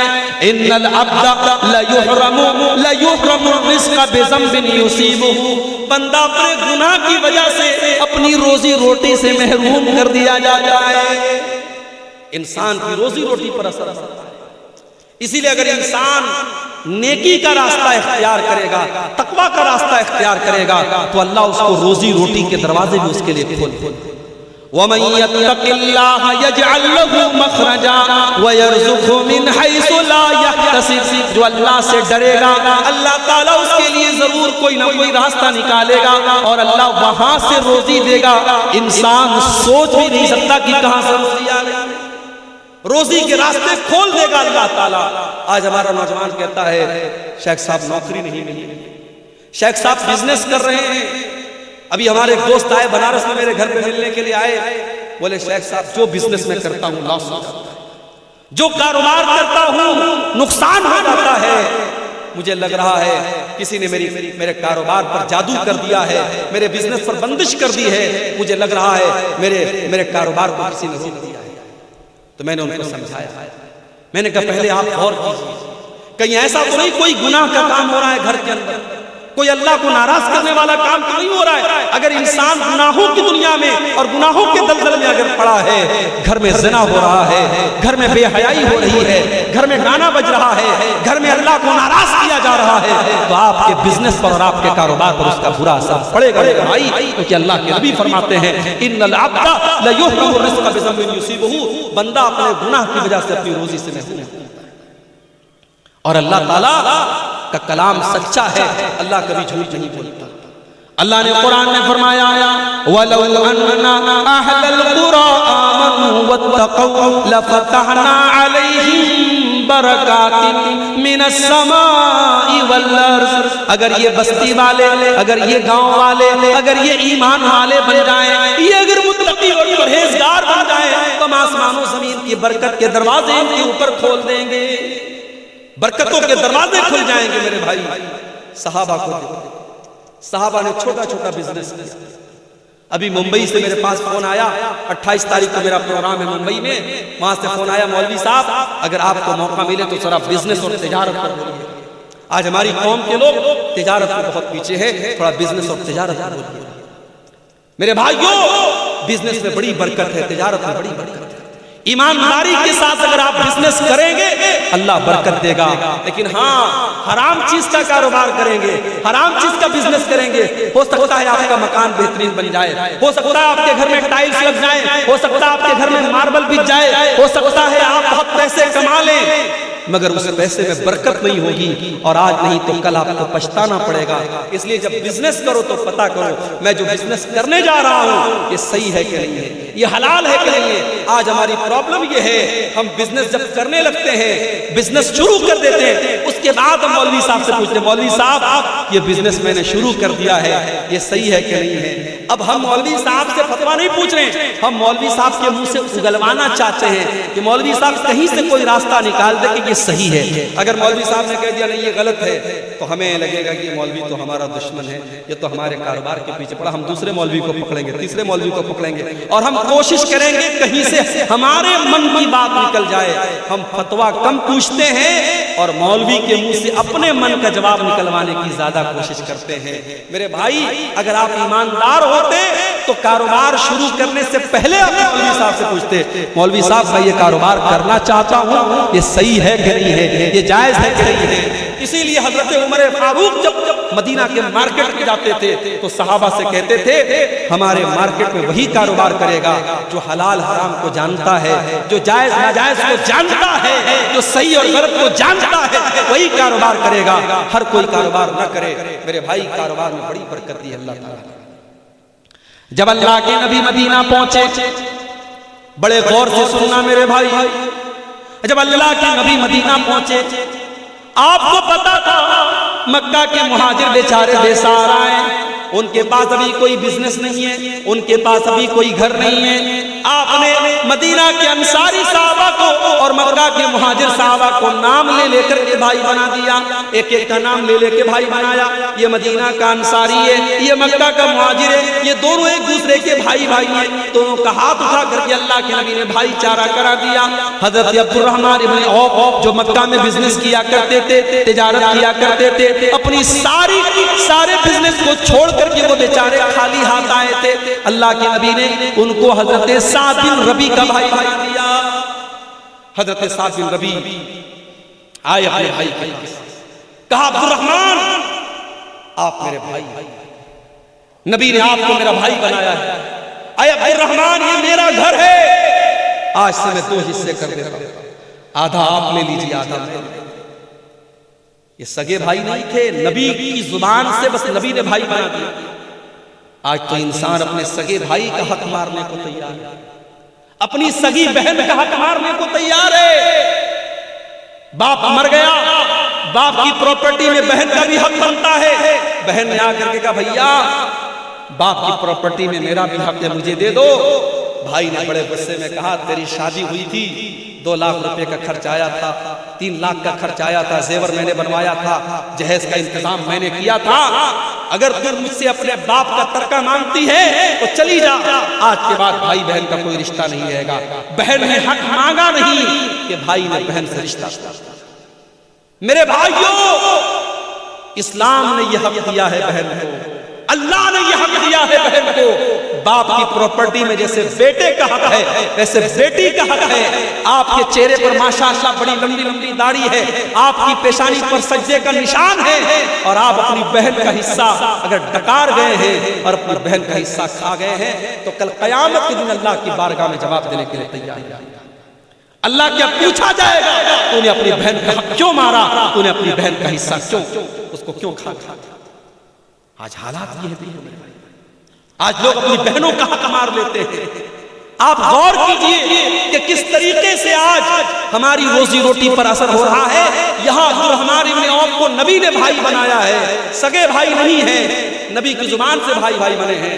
حضرت سعد بن ربیع کہتے ہیں عبد الرحمن یہ میرا گھر ہے، آدھا تم لے لو آدھا میں لے لیتا ہوں، یہ میرے کھجوروں کے باغات ہیں، آدھے تم لے لو آدھے میں لے لیتا ہوں، میری 4 بیویاں ہیں، تم پسند کر لو کسی ایک کو میں طلاق دے دیتا ہوں، اور عدت گزرنے کے بعد تم شادی کر لینا۔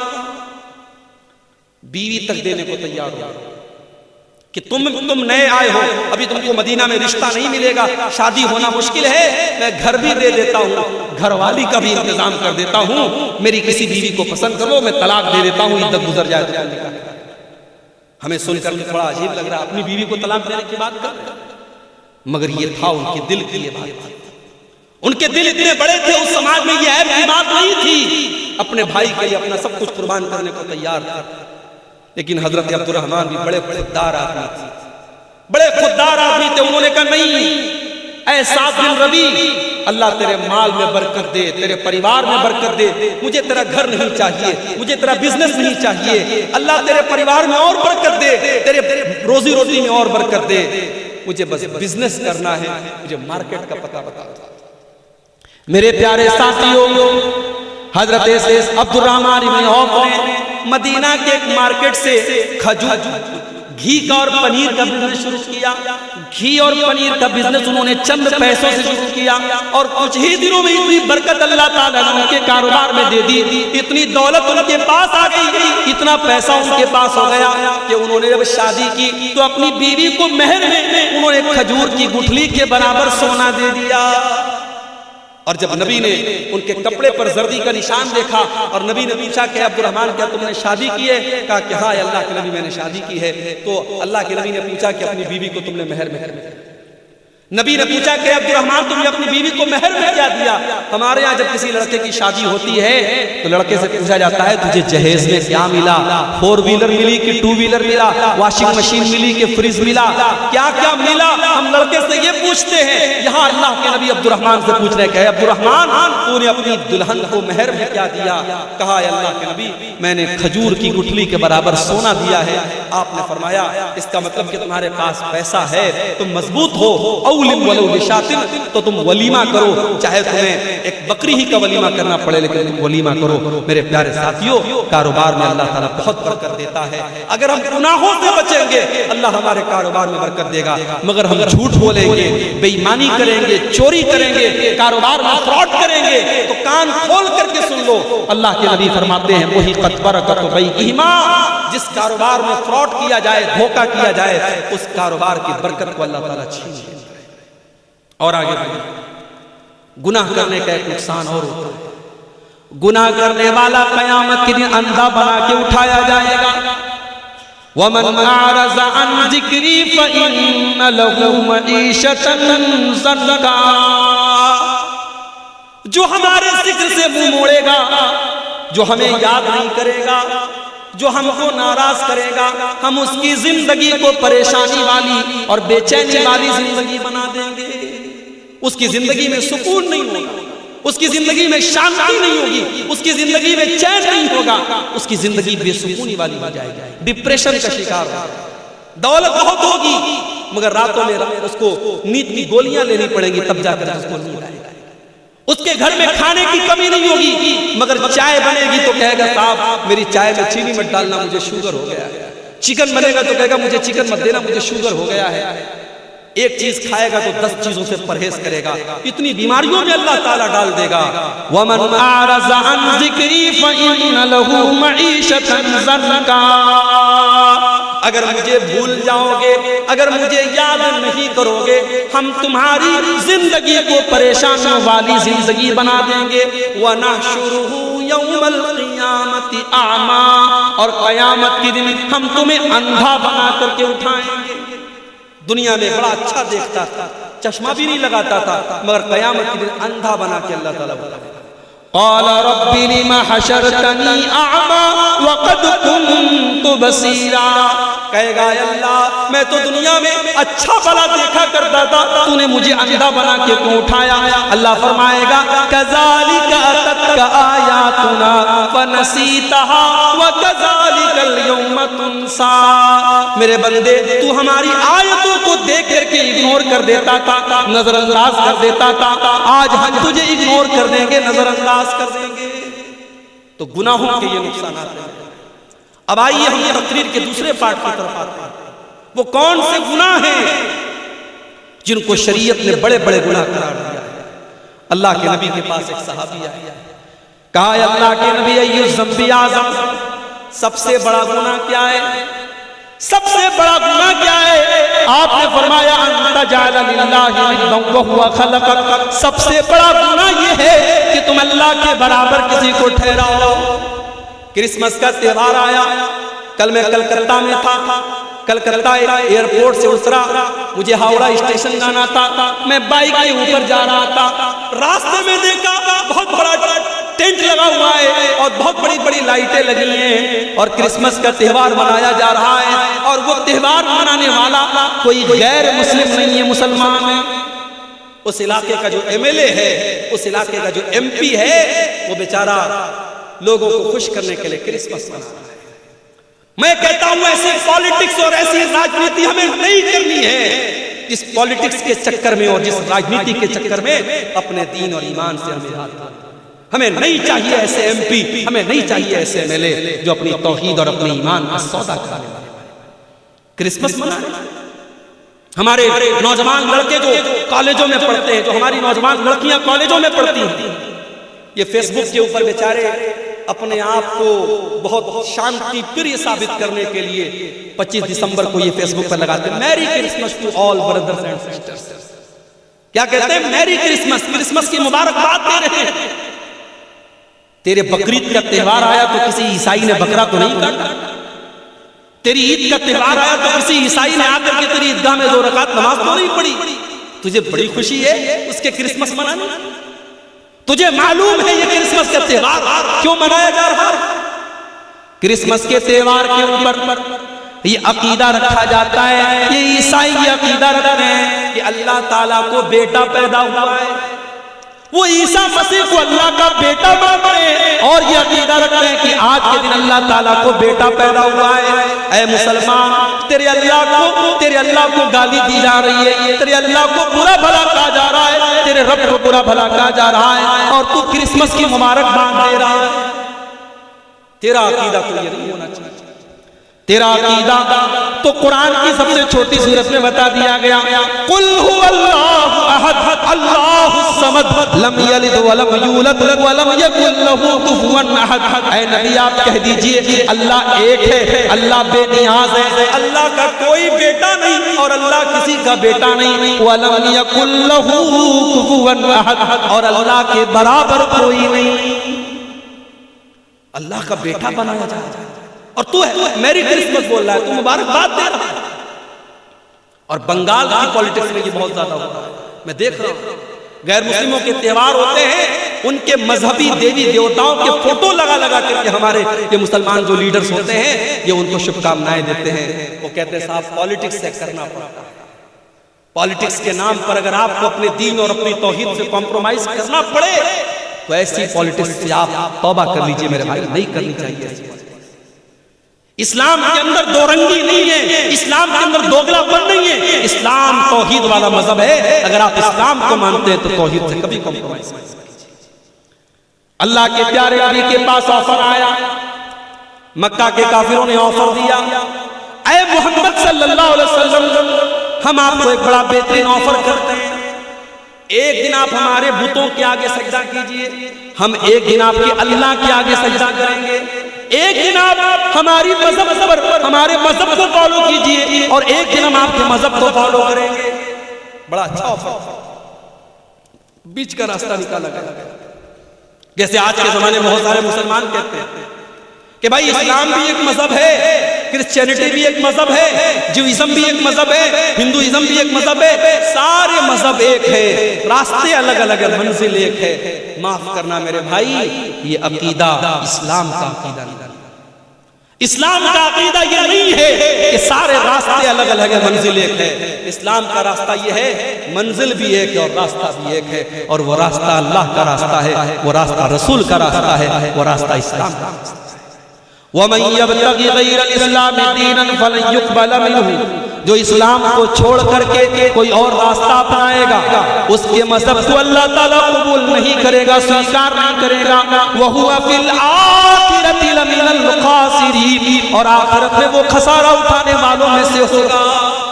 اور ہندو مذہب میں بھی یہی بات ہے۔ ہمارے ہندو بھائیوں کی بڑی مشہور کتاب ہے شریمد بھاگوت گیتا، اس کے اندر شری کرشن جی نے بھی یہی کہا ہے کہ توحید کا راستہ ہی سب کو نجات دلائے گا۔ سرو دھرمان پریتیجیا مامیکم شرنم ورجہ ہم توا سرو پاپیپیہ موچیشیامی ما شوچہ، سارے دھرموں کو چھوڑ دے، سارے راستوں کو چھوڑ دے اور ایشور کی پرماتما کی شرن میں آ جا، اللہ کی پناہ میں آ جا، میری پناہ میں آ جا، میں تیرے سارے گناہوں کو مٹا دوں گا، تجھے نجات دے دوں گا، تجھے جنت میں ڈال دوں گا، تجھے سورگ میں ڈال دوں گا۔ یہی ہندو مذہب کے اندر بھی کہا گیا، یہی اسلام کے اندر بھی کہا گیا کہ ایک راستہ جو نجات دینے والا ہے وہ توحید کا راستہ ہے، وہ اللہ کا راستہ ہے۔ میرے بھائیو، انسانیت کے نام پر اور مانوتا کے نام پر اپنے آپ کو اتنا ہلکا مت بناؤ کہ اللہ کے ساتھ شرک ہو رہا ہے اور تم کرسمس کی مبارکباد دے۔ اور ابھی تو کرسمس ختم ہو رہا ہے، آج 29 تاریخ ہے نا، 2 دن کے بعد 31 کی نائٹ آئے۔ کلکتہ کے بڑے بڑے ہوٹل بک ہیں، ناچنے والیاں اور اپنے جسم کا اور اپنے شریر کا انگ پردرشن کرنے والی بالی ووڈ کی ہیروئنوں کو بلایا جائے۔ 10-10 ہزار کے ٹکٹ ہیں، اور آپ یقین کریں بڑے بڑے 5 اسٹار ہوٹلوں میں 31 کی نائٹ میں رات بھر شراب پی جائے گی اور نشے کی حالت میں لوگ دھت ہو کر کے حرام کام کریں گے، اور یہ کام ایک بڑی تعداد میں مسلمان لڑکے اور لڑکیاں بھی کرتے ہوئے نظر آئیں گے۔ مسلمان بھی آپ کو یہ کام کرتے ہوئے نظر آئیں گے۔ کلکتہ میں جب اولا بائک پر میں جا رہا تھا، اولا بائک کے ڈرائیور نے مجھ سے کہا، میرا حلیہ دیکھ کر کے اس کو لگا کہ یہ مولوی صاحب حافظ جی لگ رہے ہیں، وہ مسلمان تھا۔ اس نے کہا مولوی صاحب حافظ جی حالات بہت برے ہیں۔ اس نے کہا سنڈے کے دن رات میں ہم لوگ جب بائک لے کے نکلتے ہیں، نشے کی حالت میں بالکل ٹھلی ہو کر کے، بالکل دھت ہو کر کے جوان لڑکیاں آتی ہیں، ان کے باپ کو کوئی پرواہ نہیں کہ ہماری لڑکی کہاں گئی ہے، ان کی ماں کو کوئی پرواہ نہیں ہماری جوان لڑکی کہاں گئی ہے، نشے کی حالت میں دھت ہو کر کے آتی ہیں اور ہم سے کہتی ہیں ہم کو ہمارے گھر پہنچا دو۔ اور ہمیں ڈر لگتا ہے کہیں ایسا نہ ہو کہ اس کو لے کر کے جب اپنی بائک پر ہم جائیں اور یہ ہم کو جکڑ کر کے ہم ہماری بائک پر جب بیٹھے تو کہیں ایسا نہ ہو کہ ہم گناہوں کی دلدل میں چلے جائیں اور ہم کوئی غلط کام کر بیٹھیں۔ کہا کہ یہ کام کرنے والی مسلمان لڑکیاں بھی ہوتی ہیں اور غیر مسلم لڑکیاں بھی ہوتی ہیں۔ حالات یہ ہے، یہ مسلمان ہیں جنہیں دیکھ کے شرمائے یہود، وضع میں تم ہو نصارہ تو تمدن میں ہنود، یہ مسلمان ہیں جنہیں دیکھ کے شرمائے۔ مسلمان کی شادی ہو رہی ہے، ناچ گانا بھی ہو رہا ہے، مسلمان کی شادی میں ڈی جے بج رہا ہے، ماشاءاللہ بڑا پکا مسلمان ہے، کیا مجال ہے کہ اس کے اسلام پر کوئی سوال اٹھائے؟ اس کے گھر میں رات بھر ڈی جے چل رہا ہے۔ تیرے نبی نے کبھی بانسری کی آواز کو اپنے کانوں میں جانے نہ دیا، تیرے نبی کے صحابہ نے کبھی میوزک کو اپنے گھر میں آنے نہ دیا، اور تو شادی کے موقع پر رات بھر میوزک بجا رہا ہے اور تو اپنے آپ کو مسلمان کہتا ہے۔ کیا تیرا اسلام صرف تیری مسجد اور تیری نماز تک ہے؟ تیرے شادی بیاہ میں تیرے اسلام سے کوئی مطلب نہیں۔ میں کہتا ہوں علماء پابندی لگا دیں، جس کے گھر میں شادی میں ڈی جے بجے گا، ناچ گانا ہوگا، سارے علماء مل کر کے یہ طے کر لیں اس کے گھر میں ہم نکاح نہیں پڑھائیں گے، اس کی شادی میں ہم نہیں جائیں گے۔ لوگوں کے دماغ سے جائیں پڑھائیں، خود اپنا نکاح پڑھائیں، علماء منع کرتے ہیں ہم ایسی شادیوں میں نہیں جائیں۔ شادی ہماری کیسی ہو رہی ہے؟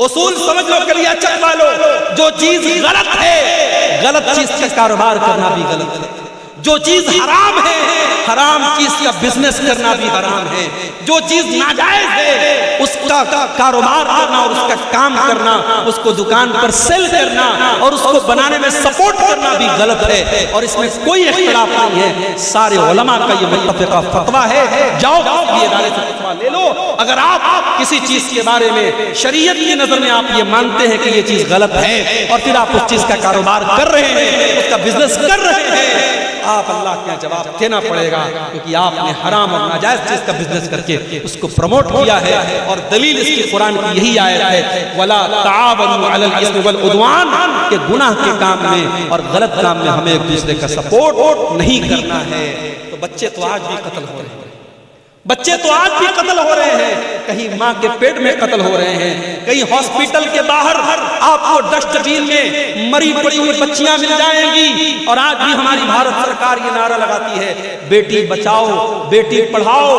آج 2023 اور 2024 شروع ہونے والا ہے، ترقی کا زمانہ ہے، ہمارا بھارت چندریان ہمارا چاند تک پہنچ گیا ہے، آج کے دور میں ہماری سرکار کو نعرہ لگانا پڑتا ہے بیٹی بچاؤ بیٹی پڑھاؤ۔ کیوں؟ کیونکہ سرکار کا یہ ڈاٹا ہے، یہ گورنمنٹ کا ڈاٹا ہے کہ ہر سال سینکڑوں بچیوں کو ماں کے پیٹ میں مار دیا جاتا ہے۔ اللہ کے نبی نے فرمایا شرک کے بعد دوسرا سب سے بڑا گناہ یہی ہے کہ انسان اپنی اولاد کو قتل کر دے، یہ سوچ کر کے قتل کر دے کہ بیٹی پیدا ہوگی اس کی شادی کیسے کریں گے، اس کو کیسے پڑھائیں گے، کیسے اس کی تعلیم کا انتظام کریں گے۔ میرے بھائی یہ دماغ سے نکال دیجئے کہ اولاد کو آپ کھلاتے ہیں، یہ دماغ سے نکال دیجئے کہ بیوی کو آپ کھلاتے ہیں۔ کبھی غور کرنا، جب شادی نہیں ہوئی تھی تب کتنا کماتے تھے، شادی کے بعد کتنا کما رہے ہو، اور بچے ہونے کے بعد کتنا کما رہے ہو۔ جب بیوی آتی ہے شادی کے بعد اس کے مقدر کی روزی بھی اللہ تم کو دیتا ہے، اور جب بچہ گھر میں آتا ہے اس کا مقدر بھی اللہ آپ کو دیتا ہے۔ کبھی یہ مت سمجھو کہ اپنے بچوں کو ہم کھلاتے ہیں، ہم اور آپ نہیں کھلاتے، اللہ کھلاتا ہے۔ یہ الگ بات ہے، کسی کی مہینے کی آمدنی 10 لاکھ روپے ہے، کسی کی 10,000 روپے ہے، اور کوئی بیچارہ بڑی مشکل سے اپنا گزر بسر کر رہا ہے، مگر اللہ تعالیٰ سب کو کھلا رہا ہے، سب کو پلا رہا ہے۔ اولاد کو قتل مت کرو میرے بھائی، اولاد کی ہتیا کرنا یہ بہت بڑا پاپ ہے۔ پھر پوچھا گیا اللہ کے نبی اس کے بعد تیسرا سب سے بڑا گناہ کیا ہے؟ آپ نے فرمایا ان تزانی حلیلۃ جارک، اپنے پڑوسی کی بیوی کے ساتھ زنا کرنا۔ زنا تو کسی کے ساتھ بھی حرام ہے، لیکن پڑوسی کی بیوی کا نام کیوں لیا اللہ کے نبی نے؟ کیونکہ پڑوسی پر پڑوسی وشواس کرتا ہے، پڑوسی پر پڑوسی بھروسہ کرتا ہے، پڑوسی گھر کو بند کر کے جاتا ہے تو پڑوسی سے بول کے جاتا ہے میرے گھر کی رکھا کرنا، میرے گھر کی حفاظت کرنا۔ پڑوسی کا بڑا حق ہوتا ہے میرے بھائی، اگر پڑوسی کی بیوی کے ساتھ اور پڑوسی کی بیٹی کے ساتھ اور پڑوسی کی بہن کے ساتھ اگر کوئی زنا کر رہا ہے تو یہ گناہ پر گناہ ہے، یہ بہت بڑا گناہ ہے۔ اللہ کے نبی نے اس کو تیسرا سب سے بڑا گناہ قرار دیا ہے۔ آج جو حالات میرے سامنے ہیں میرے بھائی، جو حالات ہم دیکھ رہے ہیں، آج معاشرے میں شادی کو بہت مشکل بنا دیا گیا۔ آپ کے اسی کلیا چک کے علاقے میں جہاں الحمدللہ اہل حدیثوں کی بہت بڑی بستی ہے، پورا علاقہ اہل حدیثوں کا علاقہ ہے، جمعہ کی نماز میں آ جاؤ 2-2 ہزار 2,500 نمازی بھرے رہتے، اتنی بڑی بڑی مسجدیں ہیں آپ کے علاقے میں۔ لیکن اس علاقے میں جب ہم آتے ہیں اور لوگ کہتے ہیں مولوی صاحب ہمارے یہاں لین دین بہت چلتا ہے، شادی میں تھوڑا بول دیجیے، بڑی ڈیمانڈ کی جاتی ہے، تھوڑا اس پر بھی بول دیجئے گا۔ میں نے پوچھا غریب باپ اپنی لڑکی کی شادی کیسے کرتا ہے؟ تو کسی نے کہا مولوی صاحب غریب آدمی یا تو بینک سے لون لیتا ہے یا گھر بیچ دیتا ہے۔ میرے بھائیو آج ہم نے بیٹیوں کو اتنا بڑا بوجھ بنا دیا کہ بیٹی کی شادی کرنے کے لیے باپ کو اپنا گھر بیچنا پڑتا ہے اور باپ کو بیاج پر بینک سے لون لینا پڑتا ہے۔ پوری اسلامی تاریخ میں اور پورے اتہاس میں بیٹی اتنی بوجھ نہیں بنی تھی جتنا بڑا بوجھ آج ہم نے بیٹی کو بنا دیا ہے۔ آج کتنی غریب بیٹیاں ہیں، باپ بیچارہ پریشان ہے، میری آمدنی نہیں ہے، میری کمائی نہیں ہے، بیٹی جوان ہو رہی ہے، 25 سال کی ہو رہی ہے، 30 سال کی ہو رہی ہے، بیٹی کی شادی کیسے کروں؟ آج کتنے باپ ہیں جو بیچارے وقت کے پہلے بوڑھے ہو رہے ہیں، بال ان کے سفید ہو رہے ہیں، چہرے پر جھریاں پڑ گئی ہیں، بیٹی کی جوانی نے ان کی چنتا کی لکیروں کو بڑھا دیا ہے۔ میرے بھائیو اللہ کے واسطے ہوش کے نہ کھو، اللہ کے واسطے ہوش کے ناخن لو. اور میں بڑے دل کے درد کے ساتھ یہ بات کہہ رہا ہوں، اہل حدیث صرف زور سے آمین بولنے کا نام نہیں ہے، صرف سینے پر ہاتھ باندھنے کا نام اہل حدیث نہیں ہے، صرف رفع یدین کرنے کا نام اہل حدیث نہیں ہے، صرف چند نماز کے طریقے میں بدلاؤ کا نام اہل حدیث نہیں ہے. اہل حدیث کہتے ہیں اس انسان کو جو مکمل اسلام کو فالو کرتا ہے، جو قرآن و حدیث پر چلتا ہے. اگر آپ کی نماز قرآن و حدیث والی ہے تو آپ کا شادی بیاہ کا سسٹم بھی قرآن و حدیث والا ہونا چاہیے. اگر آپ اپنے بیٹے کی شادی میں ڈیمانڈ کر رہے ہیں تو آپ کو اعلان کر دینا چاہیے کہ میں انٹرنیشنل بھکاری ہوں، میں کوئی اہل حدیث نہیں ہوں، میں تو بھکاری ہوں، بیٹے کے لیے بھیک مانگ رہا ہوں. بڑے انداز سے اور بڑے اسٹائل سے آج لوگ بھیک مانگتے ہیں جہیز کے نام پر. میرے بھائیوں، میں اپنے نوجوانوں سے کہنا چاہوں گا کہ اگر تمہیں اپنے بازوؤں پر ہمت ہے اور اپنے بازوؤں پر بھروسہ ہے تو اتنا گٹس پیدا کرو، اپنے باپ سے جا کے کہہ دو، اپنی ماں سے جا کے کہہ دو کہ میں ایک معمولی چٹائی پر لیٹ جاؤں گا مگر مجھے اپنے سسرال سے ملنے والے بیڈ کا انتظار نہیں.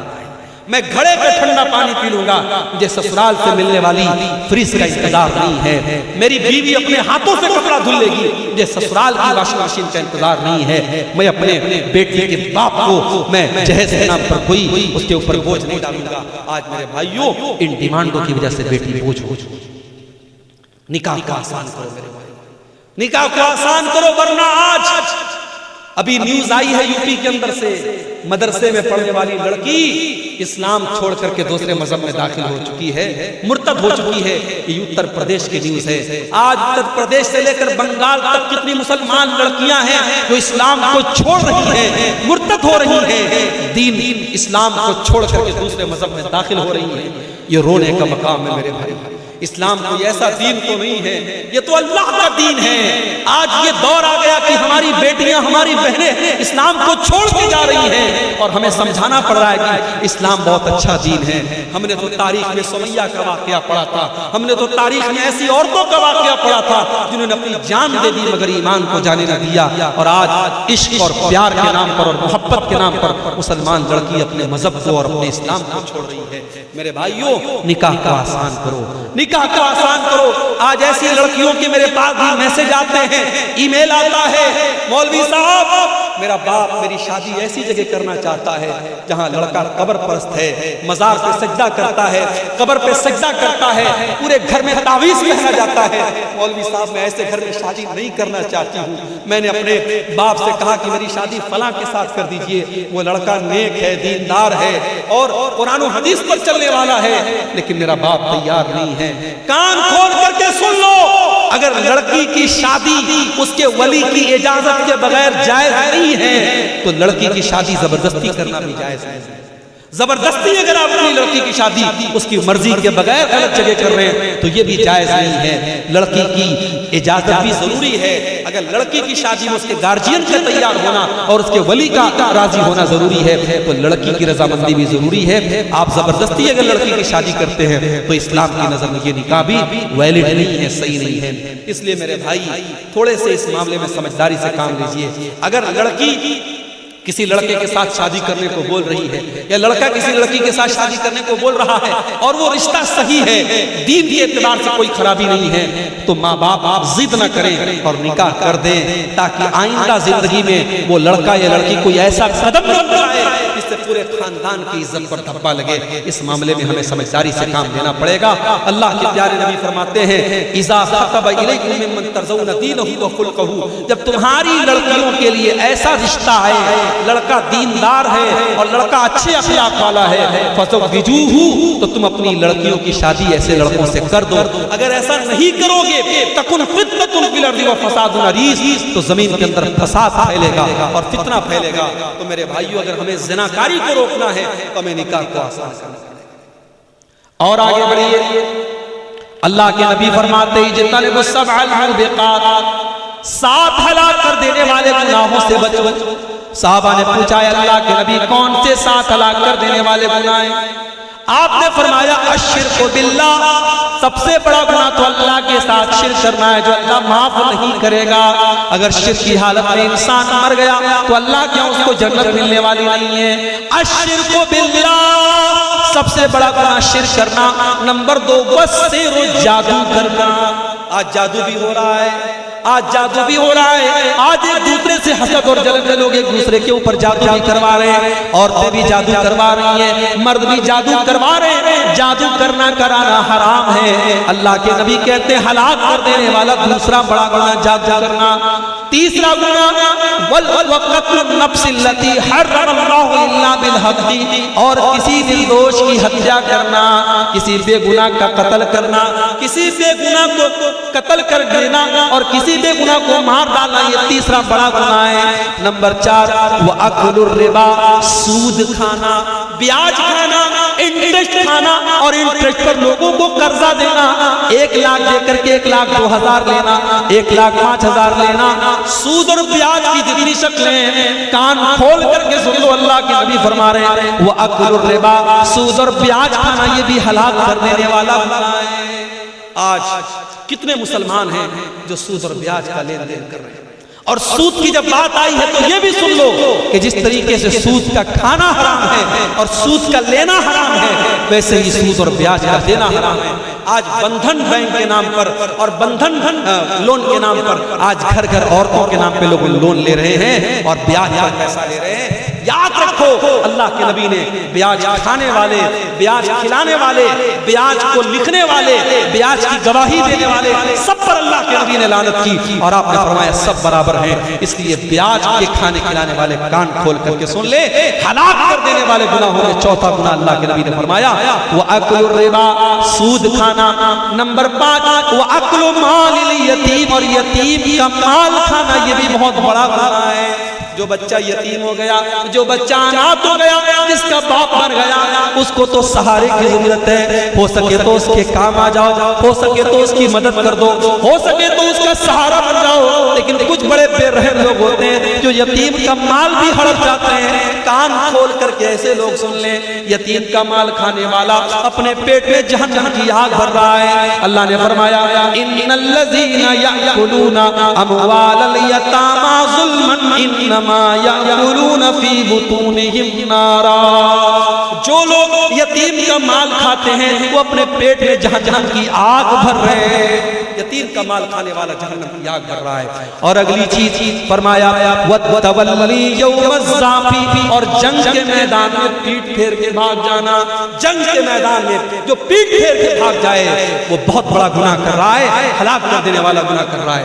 اور 7واں گناہ وَقَذْفُ الْمُحْصَنَاتِ الْغَافِلَاتِ الْمُؤْمِنَاتِ، پاک دامن عورت پر، شریف عورت پر زنا کی تہمت کرنا، کسی پاک دامن عورت کے اوپر غلط کام کرنے کا آروپ لگانا اور اس پر زنا کی تہمت لگانا، یہ بھی بہت بڑا گناہ ہے اور ہلاک کر دینے والا گناہ ہے۔ اور آگے بڑھیے، رشوت کا لین دین بھی بہت زیادہ ہو رہا ہے۔ رشوت لینے والا اور رشوت دینے والا دونوں پر اللہ کے نبی لعنت فرماتے ہیں۔ فرمایا لعن اللہ الراشی والمرتشی، رشوت لینے والے کے اوپر بھی اللہ کی لعنت ہو اور رشوت دینے والے کے اوپر بھی اللہ کی لعنت ہو۔ کسی کا حق مارنے والا، کسی کی زمین جائیداد کو کھا جانے والا، یہ بھی بہت بڑا گنہگار ہے۔ اللہ کے نبی فرماتے ہیں لَتُؤَدُّنَّ الْحُقُوقَ إِلَىٰ أَهْلِهَا يَوْمَ الْقِيَامَةِ، او لوگوں تم نے دنیا میں کسی کا حق اگر لے لیا ہے تو اس کا حق دے دو، ورنہ قیامت کے دن تم کو دینا پڑے گا۔ حَتَّى يُقَادَ لِلشَّاةِ الْجَلْحَاءِ مِنَ الشَّاةِ الْقَرْنَاءِ، یہاں تک کہ اگر سینگ دار بکری نے بغیر سینگ والی بکری کے اوپر ظلم کیا ہے، اگر سینگ والی بکری نے بغیر سینگ والی بکری کو مارا ہے تو قیامت کے دن اس بکری سے بھی قصاص لیا جائے گا۔ کسی کی زمین اور جائیداد کو اگر ہڑپ لیا کسی نے تو اللہ کے نبی فرماتے ہیں انما اقطع له قطعة من النار، کسی کی زمین و جائیداد کو ہڑپنے والا اور ناجائز قبضہ کرنے والا وہ جہنم کی آگ کا ٹکڑا لے رہا ہے۔ وہ یہ نہ سمجھے میں زمین لے رہا ہوں، میں جائیداد لے رہا ہوں، میں پراپرٹی لے رہا ہوں، وہ جہنم کی آگ کا ٹکڑا لے رہا ہے۔ اسی طریقے سے شراب پینے والا، جو شراب پیتا ہے، اور جب شراب کی بات آئی ہے تو کان کھول کر کے سن لیجئے، جتنی چیزوں کے اندر نشہ ہے، چاہے وہ سگریٹ کی شکل میں ہو، چاہے وہ گٹکے کی شکل میں ہو، چاہے وہ تمباکو کی شکل میں ہو، نشہ اور جتنی بھی چیزیں ہیں، جتنی چیزوں کے اندر نشہ ہے وہ تمام کی تمام چیزیں حرام ہیں۔ اللہ کے نبی نے شراب کا بھی نام لیا، لیکن اللہ کے نبی نے دوسری حدیث میں فرمایا ما اسکر کثیرہ فقلیلہ حرام، جو چیز زیادہ کھانے سے نشہ ہوتا ہے وہ تھوڑا سا کھانا بھی حرام ہے۔ اور دوسری حدیث میں اللہ کے نبی نے فرمایا کل مسکر خمر، ہر نشہ والی چیز شراب ہے۔ جس چیز کے اندر نشہ ہوتا ہے، چاہے وہ ڈرگس کی شکل میں ہو، چاہے وہ ہیروئن کی شکل میں ہو، چاہے وہ چرس اور گانجے اور افیم کی شکل میں ہو، جس چیز کے اندر نشہ پیدا ہوتا ہے اس کا وہی حکم ہے جو شراب کا حکم ہے۔ کل مسکر خمر وکل خمر حرام، ہر نشہ والی چیز شراب ہے اور ہر شراب حرام ہے۔ جو شراب پیتا ہے، اللہ کے نبی نے فرمایا من شرب الخمر، جو شراب پیتا ہے قیامت کے دن اسے جہنمیوں کے پیپ اور مواد کو پلایا جائے گا، اور شراب پینے والے کی 40 دن تک کی نماز قبول نہیں ہوتی۔ اسی طریقے سے میرے بھائیوں، نماز چھوڑنا بھی بہت بڑا ہے۔ جو لوگ نماز نہیں پڑھتے، عبدالغفار صاحب کی تقریر بڑے شوق سے سنتے ہیں۔ میں آتا ہوں کلیا چک میں، بہت سارے لوگ کہتے ہیں شیخ صاحب پہلی مرتبہ آپ کو ڈائریکٹ سننا ہوں، ابھی تک موبائل پر سنتا ہوں۔ بڑی محبت کرتے ہیں آپ، بڑے شوق سے علماء کی تقریروں کو سن رہے ہیں، مگر پتہ چلا کہ نماز کی پابندی نہیں کرتے ہیں۔ میرے بھائی، یہ علماء کی محبت آپ کو کام نہ دے گی، یہ یوٹیوب پر 3 گھنٹے تقریریں سننا آپ کو کام نہ دے گا اگر آپ نے نماز کی پابندی نہ کی۔ اس لیے کہ نماز چھوڑنے والا، نماز کو برباد کرنے والا اور نماز میں لاپرواہی کرنے والا کون ہے؟ اللہ نے فرمایا قرآن کے 16ویں پارے میں فَخَلَفَ مِن بَعْدِهِمْ خَلْفٌ أَضَاعُوا الصَّلَاةَ وَاتَّبَعُوا الشَّهَوَاتِ فَسَوْفَ يَلْقَوْنَ غَيًّا۔ نماز کو برباد کرنے والے وہ لوگ ہیں جو نالائق لوگ ہیں، جہنم میں جانے والے لوگ ہیں، وہ نماز کو برباد کرتے ہیں۔ میرے بھائی، جس نبی سے ہم محبت کرتے ہیں، جس نبی کا ہم کلمہ پڑھتے ہیں، اس نبی کو نماز سے بڑی محبت تھی۔ اللہ کے نبی جب ٹینشن میں ہوتے تھے، حضرت بلال سے کہتے تھے یا بلال ارحنا بالصلاۃ، اے بلال جلدی سے اذان دے دو اور نماز کے ذریعے ہمارے دل کو سکون پہنچاؤ۔ اور اللہ کے نبی نے آخری وصیت یہ فرمائی، اپنے انتقال کے پہلے آپ نے امت کو یہ میسج دیا الصلاۃ الصلاۃ، اے لوگوں نماز کی پابندی کرو اور اپنے غلاموں اور لونڈیوں کا خیال رکھو۔ میرے بھائی، نماز کو اگر آپ برباد کرتے ہیں تو قیامت کے دن اللہ کے نبی بھی آپ سے ناراض ہو جائیں گے اور اللہ بھی آپ سے ناراض ہو جائے گا۔ اس لیے نماز کی پابندی کرو، اور قیامت کے دن پہلا سوال نماز کے بارے میں ہوگا۔ اللہ کے نبی فرماتے ہیں ان اول ما يحاسب به العبد يوم القیامت صلاته، قیامت کے دن پہلا سوال بندے کی نماز کے بارے میں ہوگا۔ فَإِن صلحت، اگر نماز صحیح ہے، اگر نماز کا معاملہ صحیح ہے، فقد افلح، تو انسان کامیاب ہو جائے گا۔ وَإِن فسدت، اور اگر نماز کا معاملہ گڑبڑ ہے، فقد خاب وخسر، تو انسان ناکام ہو جائے گا۔ نماز کا چھوڑنے والا بھی بہت بڑا گناہ ہے۔ اور ایک آخری حدیث سنا کر کے بات ختم کرتا ہوں، ہماری ماں بہنوں سے ریلیٹڈ یہ حدیث ہے، اس کو بھی آپ سن لیں، یہ صحیح مسلم کے اندر یہ حدیث موجود ہے۔ اللہ کے نبی فرماتے ہیں کہ میں اپنی امت کے 2 لوگوں کو جانتا ہوں، صنفان من اہل النار لم ارہما، 2 قسم کے لوگ جہنم میں جائیں گے، ان کو میں نے ابھی نہیں دیکھا ہے، یعنی وہ بعد میں آئیں گے، وہ قیامت کے پہلے آئیں گے، وہ قیامت کے قریب والے دور میں آئیں گے۔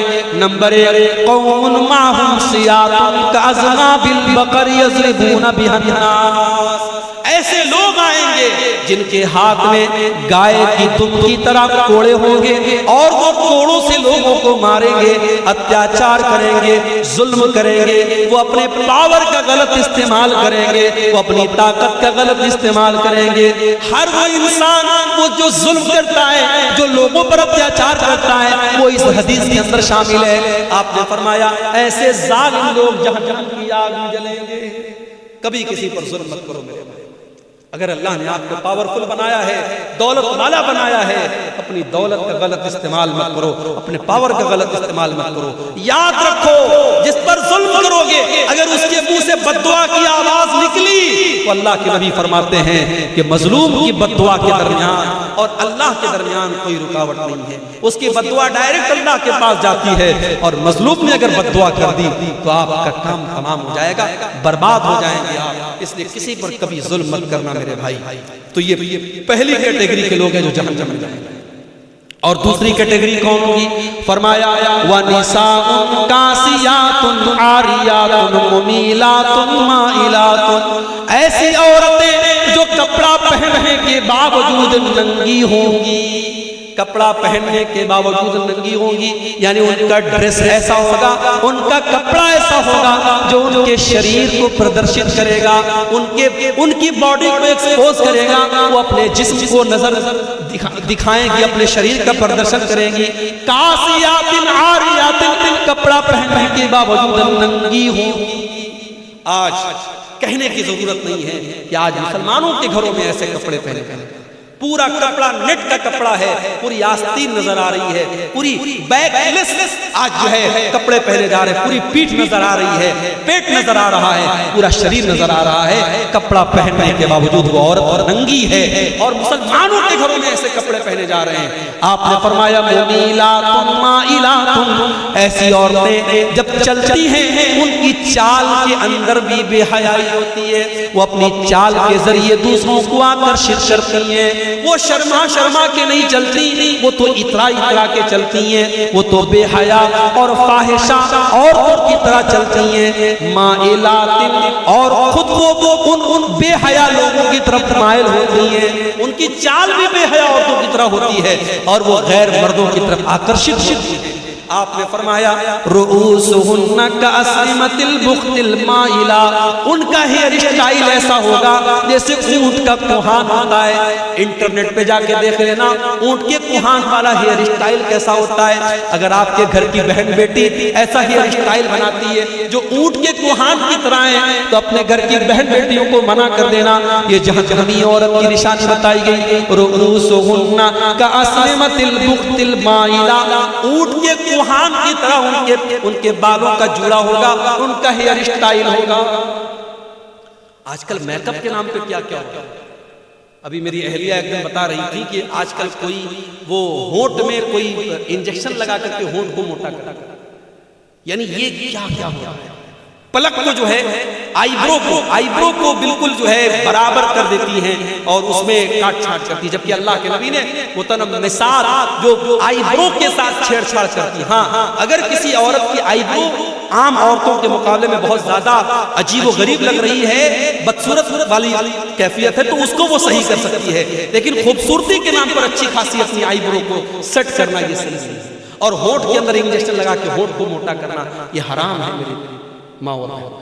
ہاں کسی عورت کے اگر چہرے پر بال آ گئے، ظاہر ہے کہ عورت کے چہرے پر بال نارملی نہیں آتے تو ان کو وہ ریموو کر سکتی ہے، ان پر ویکسنگ وغیرہ کروا سکتی ہے، مگر نارمل اپنے بالوں میں ویکسنگ وغیرہ کروانا یہ صحیح نہیں ہے۔ تو فیشن کے نام پر آج بہت کچھ آپ نے فرمایا ایسی عورتیں جو بے حیائی کے کام کریں گی اور فیشن کے نام پر بے حیائی کریں گی، لا يدخلن الجنت، ایسی عورتیں جنت میں نہیں جائیں گی۔ جنت میں جانا تو بڑی دور کی بات ہے، ولا یجدن ریحھا، وہ جنت کی خوشبو بھی نہیں پائیں گی۔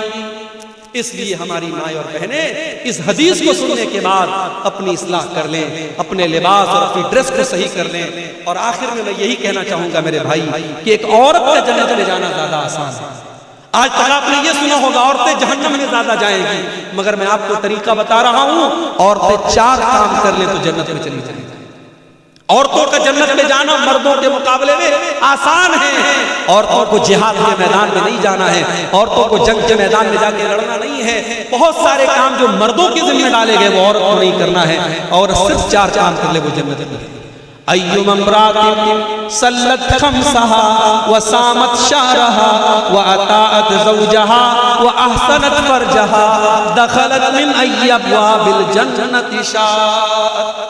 آپ نے فرمایا جو عورت 4 کام کر لے، 5 ٹائم کی نماز کی پابندی کرے، رمضان کا روزہ رکھے اور اپنے شوہر کی اطاعت اور خدمت کرے۔ یہاں پر ایک بات میں بتا دوں، میاں بیوی کا رشتہ یہ غلام اور نوکر کا رشتہ نہیں ہے، یہ آقا اور نوکر کا رشتہ نہیں ہے۔ اگر شوہر یہ سمجھتا ہے بیوی میری لونڈی ہے، بیوی میری نوکرانی ہے، تو وہ بھی غلط ہے، اور اگر بیوی یہ سمجھتی ہے کہ شوہر میرے اشارے پر ناچے تو یہ بھی غلط ہے۔ شوہر اور بیوی کا رشتہ محبت کا رشتہ ہے، لیکن گھر کا اور پریوار کا مکھیا مرد ہے، اس لیے بیوی کو چاہیے کہ شوہر کی بات مانے۔